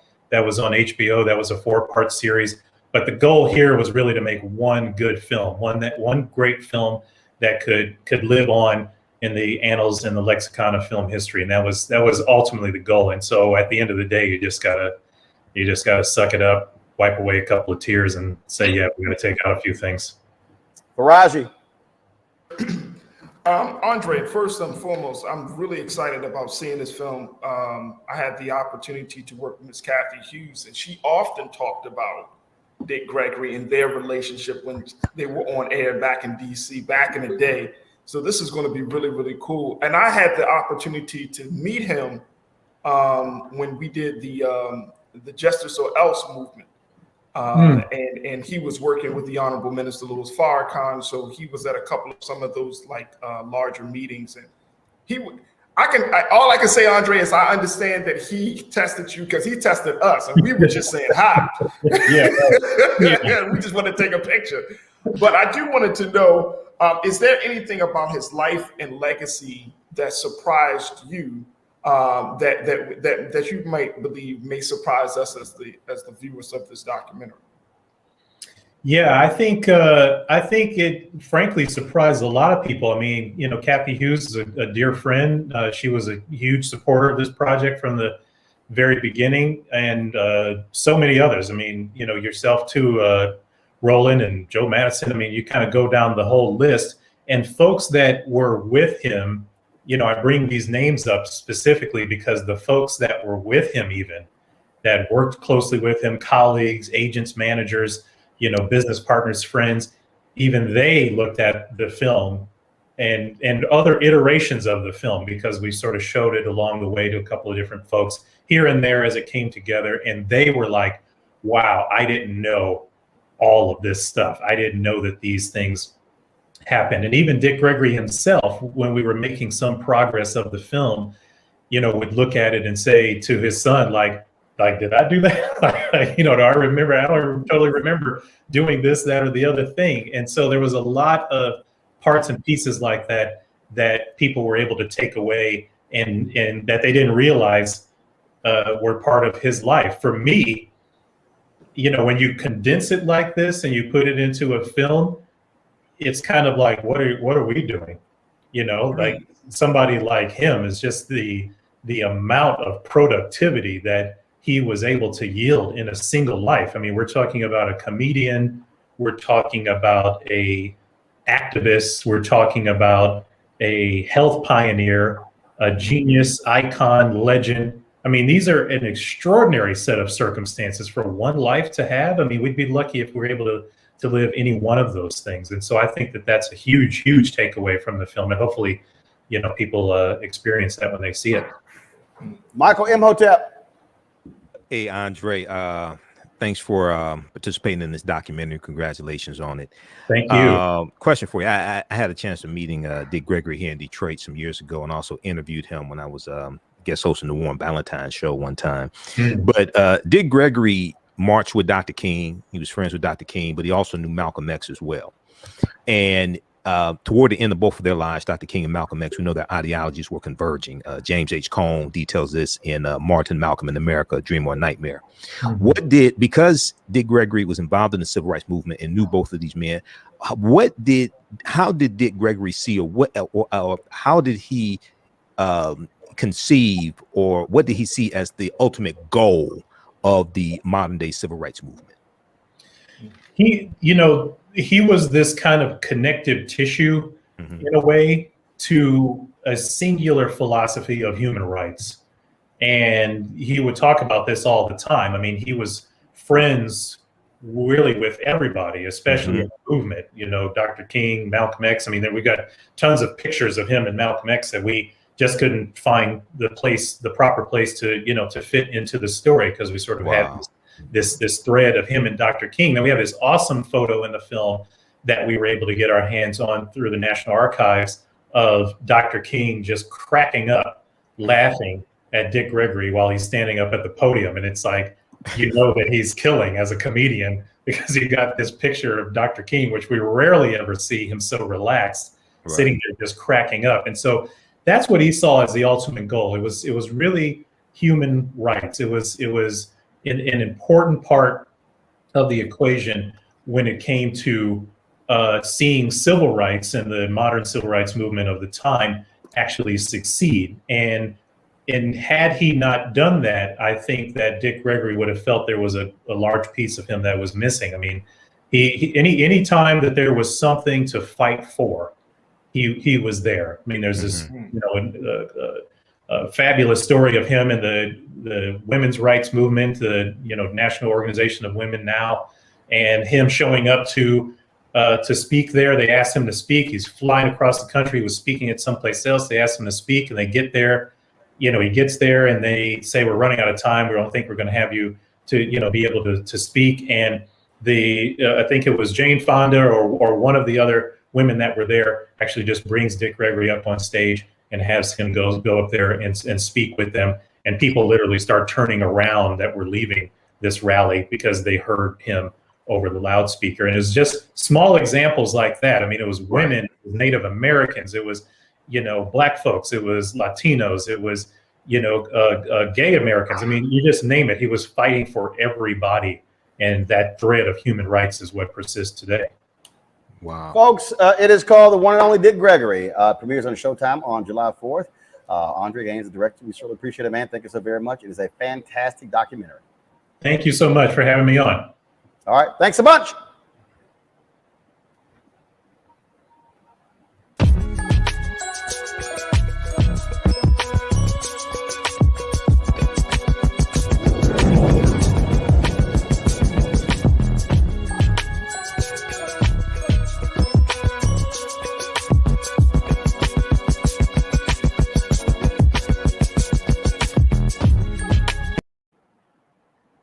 All right, folks, education is an issue that we always talk about here on this show, and the group 50 Can. They have been very much involved in ed reform in this country. I'm on their board of directors, and also we've been sharing an office space with for the past 3 years. Darrell Bradford is the new president of 50 Can. He joins us right now. Darrell, glad to have you back on the show. First and foremost, what's your goal as president of 50 Can? What do you want to accomplish? Don't mess it up. Thank you very much for having me, and obviously, thank you for being involved with everything that we do and carrying this message to your audience in a way that only you can. I guess the three things I'm working on primarily. One of them is that we need a better vision for for the education system that we want in this country. And so we built a sort of a marketing platform that we call Believe in Better, which is just about the way that, the education system should work, about what you should be entitled to and what you should have as a family, about the sort of freedoms and flexibility that you deserve as somebody who's trying to help a kid become the best version of themselves. And it's great to talk about it, but the actual work of 50 Can, as you know, is to help pass laws in states. And so my first and maybe most important project is to take that vision and turn it into actual policies that people can, talk to state legislators about, or governors, or people in their communities, and get off the ground and hopefully, improve the quality of education for all kids in the country. So I guess that's the first thing. The second thing is that, and you know this, right? We're a nonprofit, and now we're like a quasi black-led nonprofit, and we're working in 10 states, and many of our executive directors are people of color. And to do this work, you can't do it for free. And so the next thing is kind of how do we continue to make it sustainable? How do we continue to get people to understand that education doesn't just improve itself? Charter schools didn't just happen. Somebody had to pass a law to do that. So a group of people had to lobby to do that. And, many other issues, it's not free to do that. So that's really the the second thing. And then the third, and I guess maybe like the final one, I'm succeeding a person who was extraordinary and a former elected official and just like a wonderful mind on policy and strategy. And I just want to figure out what about 50 Can is different with me as its president than with her as its president. And she really got us to this place that we are now, and we're all incredibly grateful for the work that she did. But it's like, what's that next phase? Is it louder? Is it harder? Is it more nuanced? Is it more interesting? I got to figure that out, and I got to figure it out soon. I've made this point that the ed reform movement has been all too often a white-led, white-run, and the reality is that you can't change education in America if you don't have Black folks who are at the positions of power.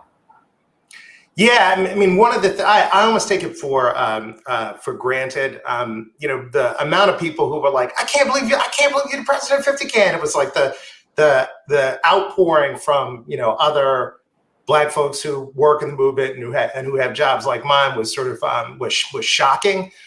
There's a real underrepresentation at the decision-making level, and it is just different to be at the decision-making level, like when you're not just deciding for you, but you're deciding for lots of folks. I think the other thing too is just like, power works the way it works, right? Like people have money, they have connections, and they do things. And like the first group of people 25 years ago, whatever, that were like doing ed reform were basically white people who went to Ivy League colleges, right? And so that those are the people that were doing it. It is not in the political interests of anybody to have a movement that is narrow in that way and that isn't diverse, right? And so you'll see now, it's like late to the party, and I don't need to tell you, but finally people are focusing on the fact that like, look, we built all these systems up, we don't have enough Black-led schools, right? Like the independent school sector is basically the place where you see the Black-led schools. It's like, how come we don't have any more? Why don't we have more community-based charter schools, right? Like, why is it that the American teaching force is 80% white? Like, what's the policy agenda around that? We have states that are working on those kind of issues too. So just from a practical standpoint, even if you didn't care about whether or not Black people or people of color were involved at leadership level or whatever, their people care, right? Like voters care, and diverse coalitions are better. You go back to our fledgling candidate from Kentucky. He's going and he's talking to everybody, and that has been something that the education reform movement has not done well either. So last question I have for you in terms of this next year, what specifically do you want our audience to be doing, or when it comes to ed reform? What should they be advocating for? Yeah, so I could think of 10 things, but I'm only going to give you 3 because allegedly that's what a good speech is. So the first one is be ready for the fall to be crazy, because I think people believe that with this huge infusion of money from Washington, D.C., $190 billion for K-12 education over the last 12 or 15 months or something, that everybody's sort of on a glide path back to school, and that is not true. Like they're already like teacher union leaders in particular who are like stoking up kind of discontent and anxiety around Delta variant and everything else, right? So just be prepared for an incredibly disrupted start to the school year. That's the first thing. The second thing I would just say, and I mentioned that money, and I know the last time I had a chance to talk to you, we brought it up then. Like more money than has ever been spent in a single year, right, is being spent on American K-12 education right now, and nobody knows anything about it. So like there's a woman who runs this thing called the Edunomics Lab at Georgetown, and she's like, school districts, they're not working on on hiring a bunch of new tutors, right? They're not working on an extended day or like a huge summer program so the kids who've been inside for a year can go out and run around or go to museums or anything, right? They're giving everybody raises, right? They're taking on long-term projects that are like capital projects that have nothing to do with intervening in the next year and a half for kids who are who are wildly behind. And in Texas, your home state, they released a bunch of data about this last year. I mean, we're talking about like three grades worth of learning loss in English. I mean, in language arts and math. Like it is serious. And so the second thing is just like be involved in that. Like go pull yourself down a school board member, grab an elected official, tell them to be a part of it.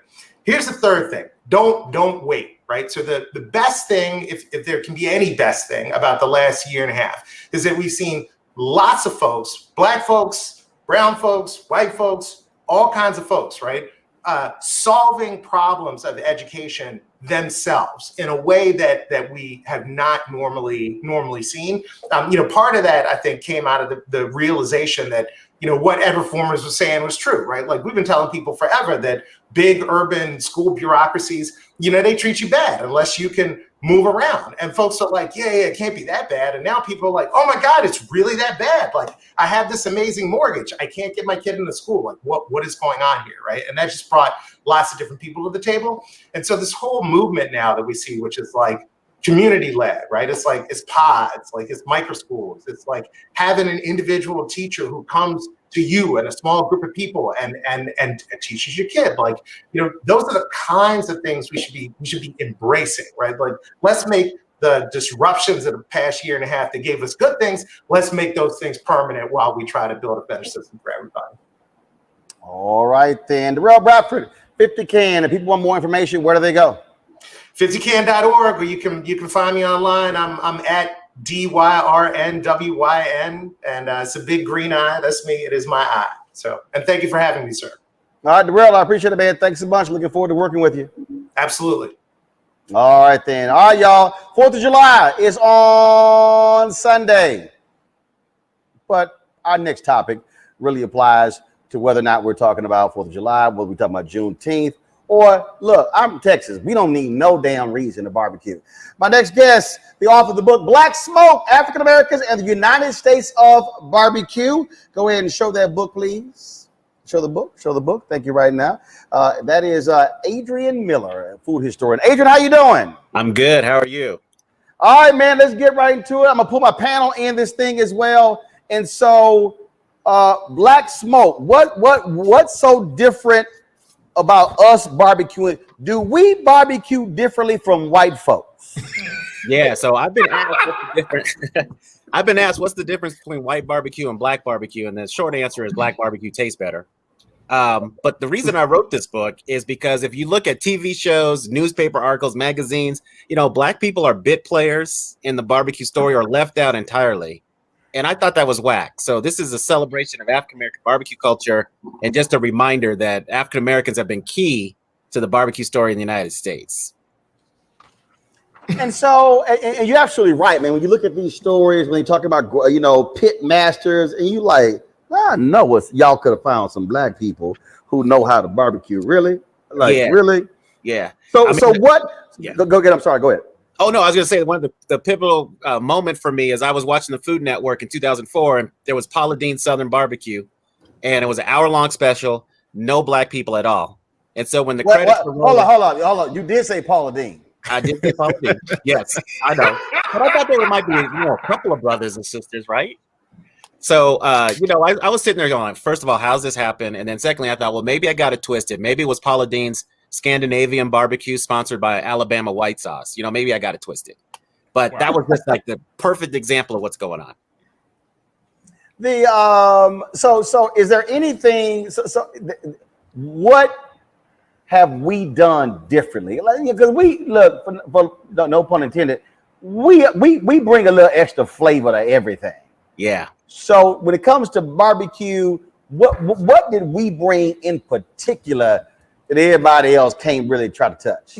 Well, you hit the nail on the head, right? It's all about seasoning. So we're the ones that have brought our adept skill at seasoning.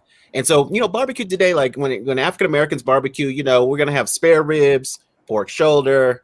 In Texas, you're going to have brisket, but usually chicken and sausage. Oh, you say in Texas we don't have brisket? No, in Texas we do have brisket. I'm about to say, I'm about to cuss you out. My bad. I'm sorry. Go ahead. My bad. Go ahead. Yeah. But with our barbecue, we're gonna have some good sauce because there's this conventional wisdom that's emerging that barbecue shouldn't be sauced. You know, a lot of I African. don't know who the hell came up with that. That's dumb as hell. I know, right? Yeah. So yeah, so we're gonna have a good sauce because you know, often for a black barbecue joint, the sauce is really the calling card for what they do. But the seasoning stuff, you know, the slamming sauce, also the next level side dishes. So yeah, you know, we bring that extra flavor. And you know, a lot of African Americans are cooking with charcoal and wood. So this idea that barbecue should be low and slow, indirect cooking, you know, that's one way to do it. But a lot of people cook hot, fast, then slow when they're cooking ribs or chicken or sausage, things like that. So I wanted to explore kind of what is, you know, what is the signature dishes of African American barbecue culture. Now, before I go to my panelists with the barbecue questions, I gotta ask you. Look, you wrote a book called Black Smoke. You know, I got Negroes in Kansas City who swear they the best. I got my Uncle Marvin. When we first went to Kansas City, he was talking about, yeah, this is how we do it. I was like, man, sit your ass down.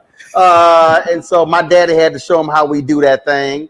And you know, everybody talking about Gates. What's the other place in Kansas City they always talking about? Arthur Bryant. Yeah. I had both of them. Then Memphis. What kills me are Negroes from North Carolina who I said, y'all ain't in no barbecue conversation. So stop. So if you had to say top 5 cities / states in terms of king of barbecue, what's your top 5? All right. So some of this is going to make you mad. But I would say Kansas City, Memphis, and I would say East Texas. Oh, stop. Are you saying KC is 1? See, we rank it. Are you going 5, 4, 3, 2, 1? Or are you going 1, 2, 3, 4, 5?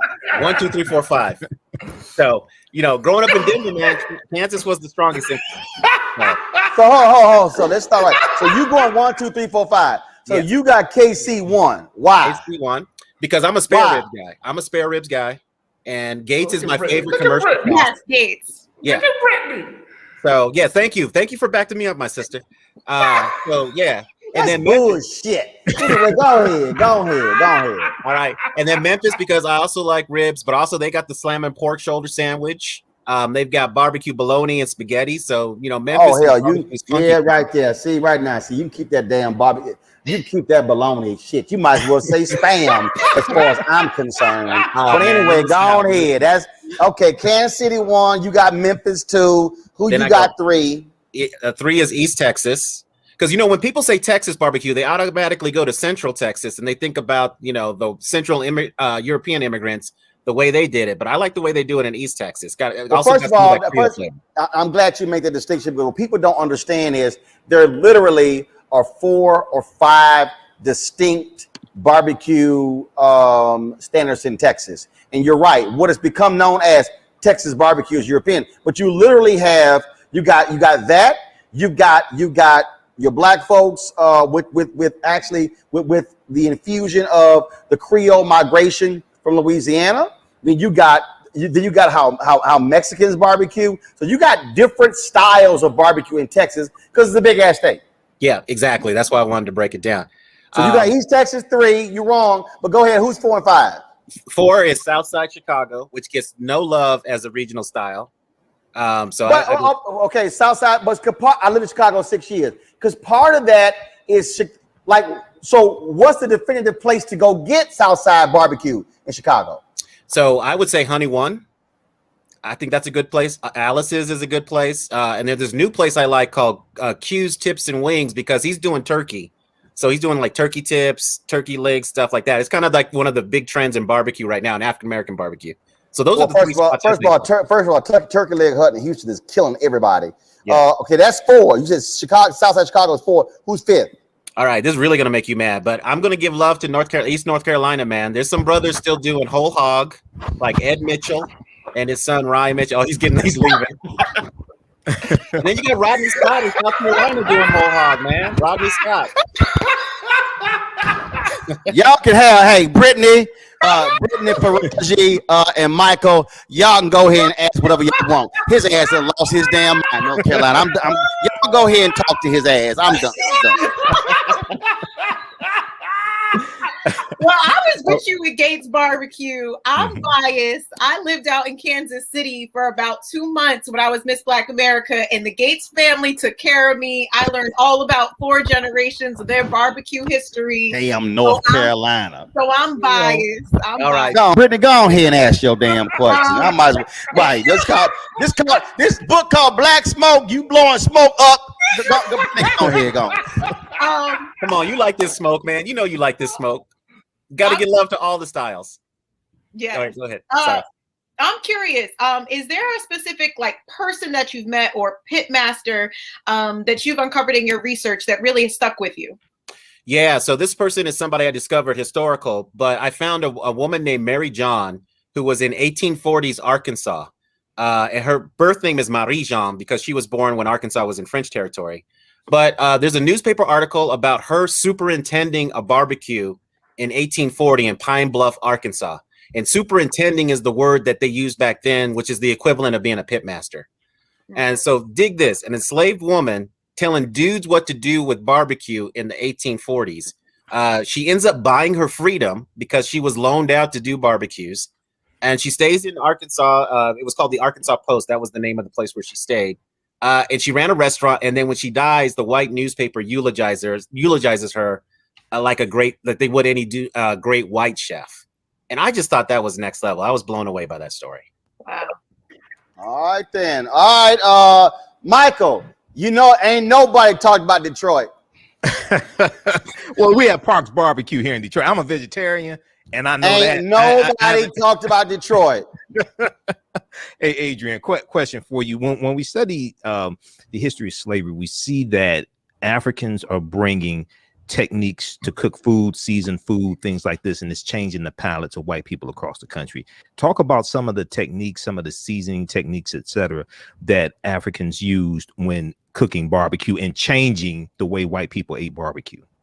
Yeah, so the unfortunate thing is a lot of this is not documented, but what we do see is we see a lot of articles about people complaining that the barbecue was too hot, too spicy. And that was Africans and later African Americans taking that vinegar and red pepper sauce, which red pepper kind of sauce, that was the earliest barbecue sauce, and that's how it was seasoned. For 2 centuries, that's how people made barbecue. It was really only later that we started to get tomato sauces and other things. So I think not only that seasoning with red chilies, with red pepper, but also just Africans bringing their familiarity and expertise with smoking. That gets all thrown into the mix that leads to this delicious thing that we so love today. All right, thanks. All right, Faraji. Yes. Baltimore, you notice if Baltimore didn't come up. All right, so here's my question. Is there a healthy way to barbecue? I'm vegan.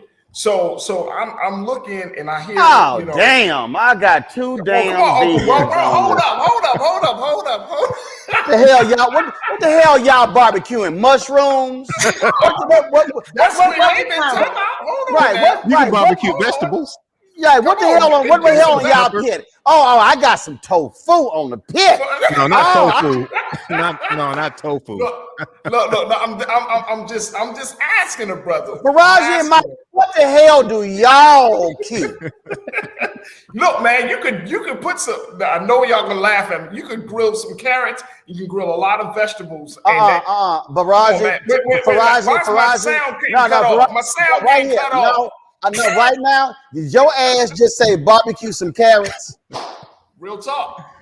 I'm going to call your ass Baraji because you are not named Faraji. I don't know. All right, Adrian, go ahead. But real talk. Adrian, okay, hold up. Okay, Adrian, have you had any good fake ass barbecue vegan? Give me, come on. What you got anything for us? Oh yeah, absolutely. So if you've ever had jackfruit is a fruit from Asia that people are making, and it's one of the biggest trends in black barbecue. I was just in Oakland. There was a place called Vegan Mob, and I had some jackfruit. And if you go to a place where somebody knows what they're doing, they can make jackfruit look, taste, and have the texture of pork. But I guess here's the thing. Okay, I don't want the texture of pork. It's cool that I don't have the texture. But here's my question, though. Hold up. I know your ass Muslim. He said the texture of pork. It ain't pork. Right. I don't need look. I don't need the texture of pork. Right. Come on, Yeah. Yeah, also, but I meant to say, like, where you're seeing it is like chopped pork and pulled pork sandwiches. They're mimicking that by using jackfruit. But yeah, it's fruit, so it's not pork. But no, I get that. Yeah. But I'm wondering, in terms of just the health and just in terms of the varying diets that Black people have, from lactose free to celiac to being gluten free, how has all of the varying diets impacted how Black people barbecue in this country? It's messed every damn thing up. No, you can't have hell no. I'm gonna go ahead and say it right now. Adrian, you can't have get-togethers no more. You gotta have all this special shit. Okay, you're gonna have beef. Can you have turkey? I need vegan. I'm gluten-free. How much cholesterol? Bring your own goddamn food. Okay? Bring your own damn food. I'm tired of this. It used to be you had Black cookouts. Everybody ate the same damn thing. Now you gotta cook 5, 6, 7 different. Hell no. One barbecue pit. That's it. No. Come on, this is 2021. Yeah. People don't all eat the same way. Bring your own damn food team. I know it. So yeah, Can we let the author speak? Can we let Mr. Black Smoke speak, please? Yeah. So no, people are adjusting, right? They're being hosted, but to Roland's point, right? It's becoming more like a cookout where people are bringing stuff more like a potluck situation because of all the different, dietary restrictions and what's going on. But I can just tell you, more and more people are trying to do plant-based barbecue, and I know a lot of people don't think that's a real thing, but that's one of the big trends right now in African American barbecue. You're just seeing it more and more. Especially in the big cities. So, jackfruit, mushrooms, things like that. That's what I wanted. That's one. All right. Last question.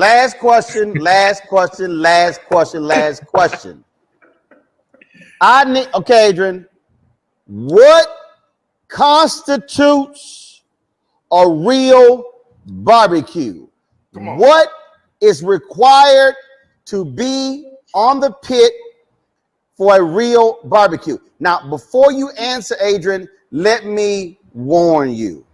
If you get this wrong, I will not post this segment on YouTube.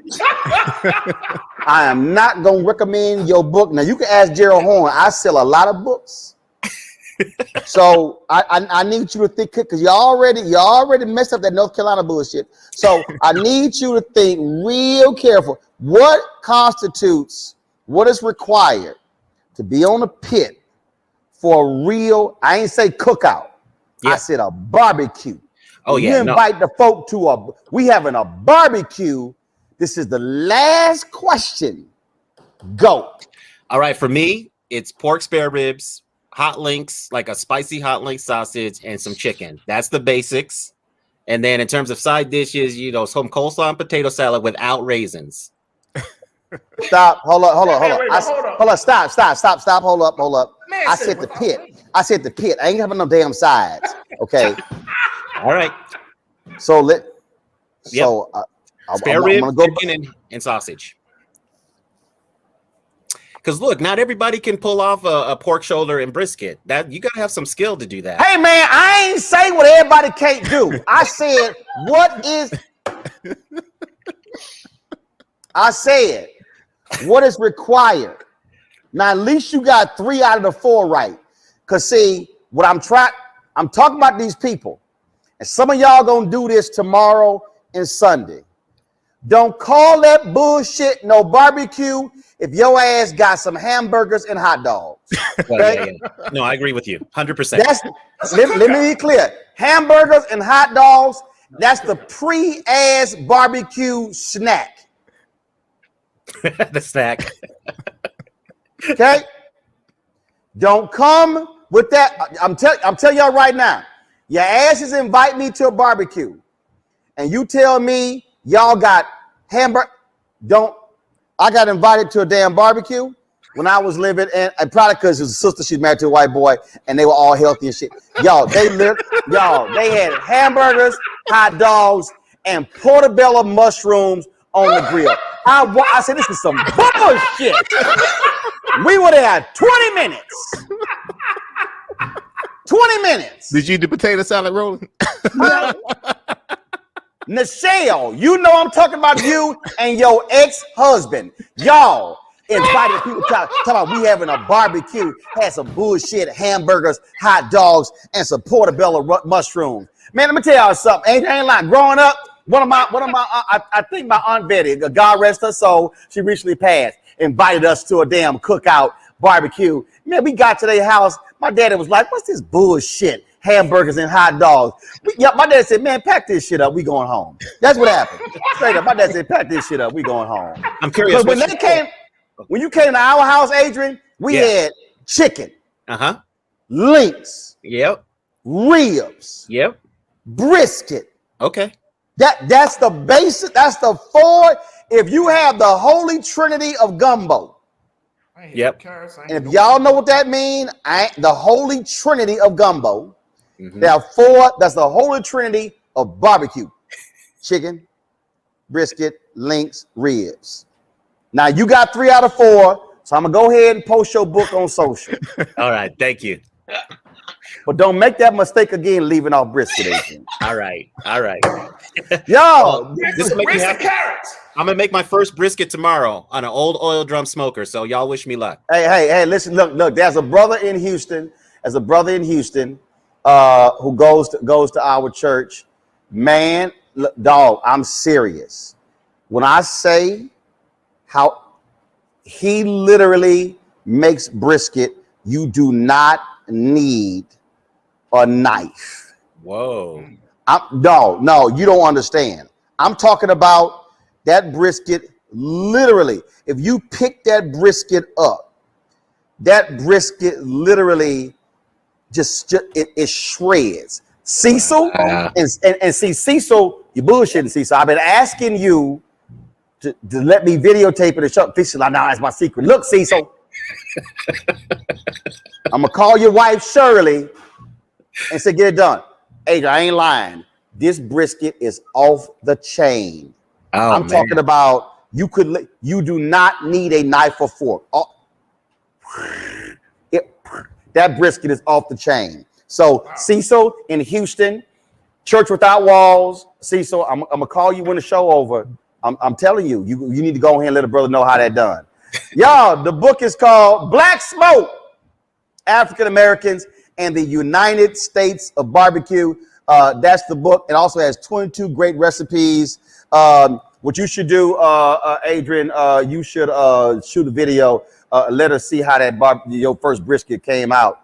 Because you can't be writing no damn book on barbecue and your ass can't barbecue. Fair enough, man. Fair enough. All right, I appreciate it. Thanks a lot. Y'all, that is it.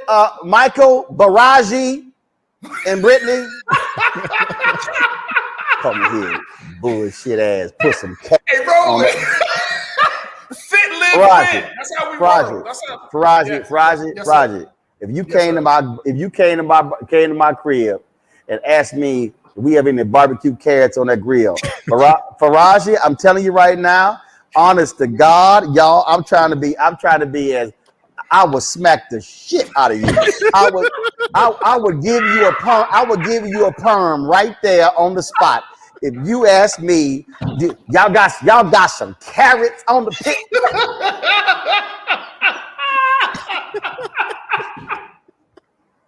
Don't do that. Don't do that.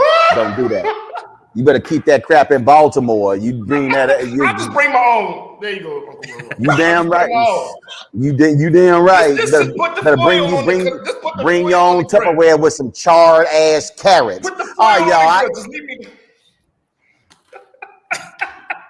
You done, Michael? What the hell you got on your pit? Your vegan ass pit. Well, you know what, man?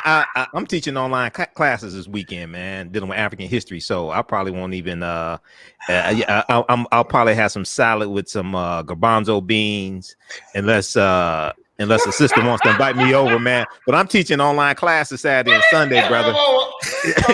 Check out AfricanHistoryNetwork.com. Check out AfricanHistoryNetwork.com. I'm teaching online classes. Brittany, can you please save this damn segment? Brittany, can you please save this segment? Because I don't know where these two Negroes came from. I don't know. Hey, brother. I don't know where these two Hotep Negroes came from. Hey, bro, I've been a vegetarian 16 years, man. You know, Brittany gone. Brittany gone. I'm gonna have some chicken, some ribs, some brisket. I'm gonna have some real barbecue, y'all. Talking about cooked salad. You sound like Erica Savage Wilson. Well, not cooked salad. Hell no, you can't. No, you can't walk it back. You're going to have barbecue salad. Your ass going to have barbecue salad. Right, you're going to put the lettuce, tomato, and the cucumber on the grill next to Faraji's damn carrots. I'm done. I got to go. Y'all, that's it. I got to go. Y'all, please, if y'all want to support Roland Martin Unfiltered, not these carrot salad eating ass barbecue smoking pit people, please join our Bring the Funk fan club. Every dollar you give goes to support our show. We, of course, in our new office space, we want y'all to support what we do. Our goal is to get 20,000 of our fans to give $50 each over the course of a year, $4.90 a month, 13 cents a day. You can give by Cash App, $RM Unfiltered, PayPal.me/R Martin Unfiltered, Venmo.com/RM Unfiltered. Zelle is Roland@RolandSMartin.com, Roland@RolandMartinUnfiltered.com. That's it, y'all. We will not have a show on Monday. Don't forget, Essence Festival, Virtual Fest today, tomorrow, Saturday, today, tomorrow, Sunday. We will have a recap of the final weekend on Tuesday's show. Again, we thank Coca-Cola for being a sponsor for that. Folks, we always end the show, of course, with our charter members of our fan club. That's it. I hope y'all enjoy the weekend, spend some good time with the family. Cherish every single moment because they all matter. And so I shall see y'all on Tuesday. Y'all know how we end it. This is where we have, we support real black barbecue, not carrot and smoked lettuce, smoked tomatoes, and smoked cucumbers. No. We're going to we need a segment on colon cancer too after this, brother. Yeah, and some of y'all who eat y'all salad, they got pesticides in it as well. So don't be trying to sit in trying to be all like you want to be all bougie and shit. Oh, I'm not being bougie. I'll do this. Yep. Whatever. Yep. Whatever. Some shit in early for y'all vegans too. So whatever. I'm gonna see y'all on Tuesday. Oh!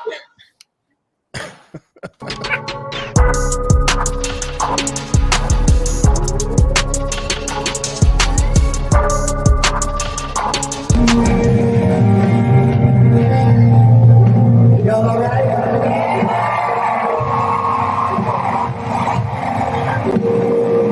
Look at how beautiful you look.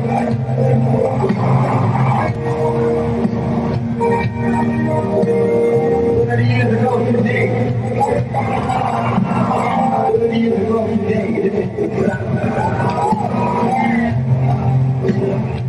You can sing if you want to.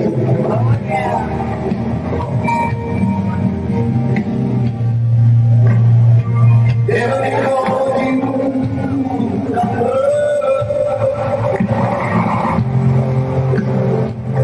Never let go of you.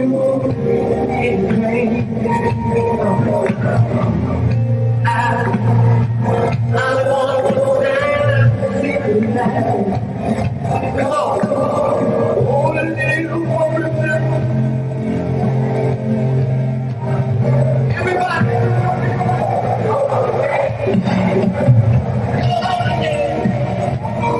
That's what I want. Sing it.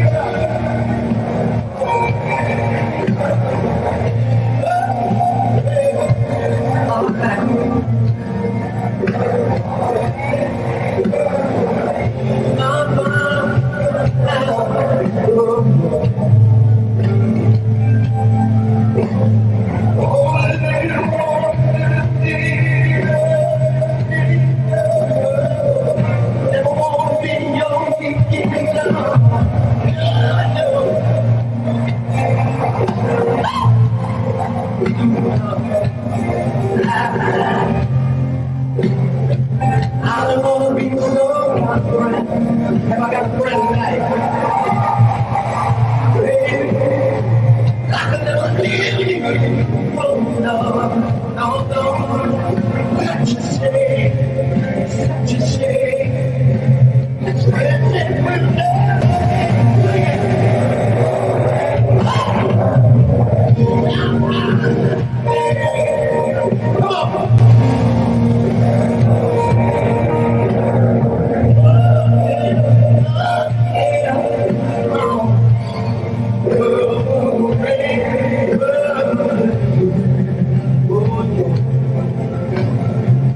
wanna see you.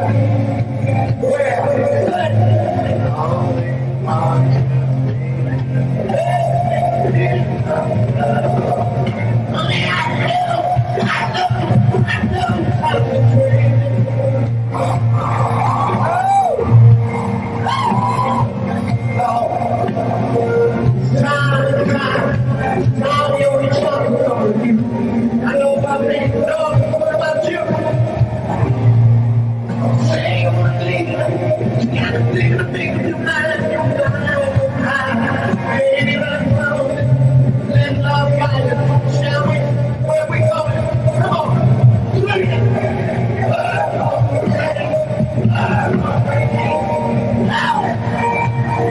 So loud.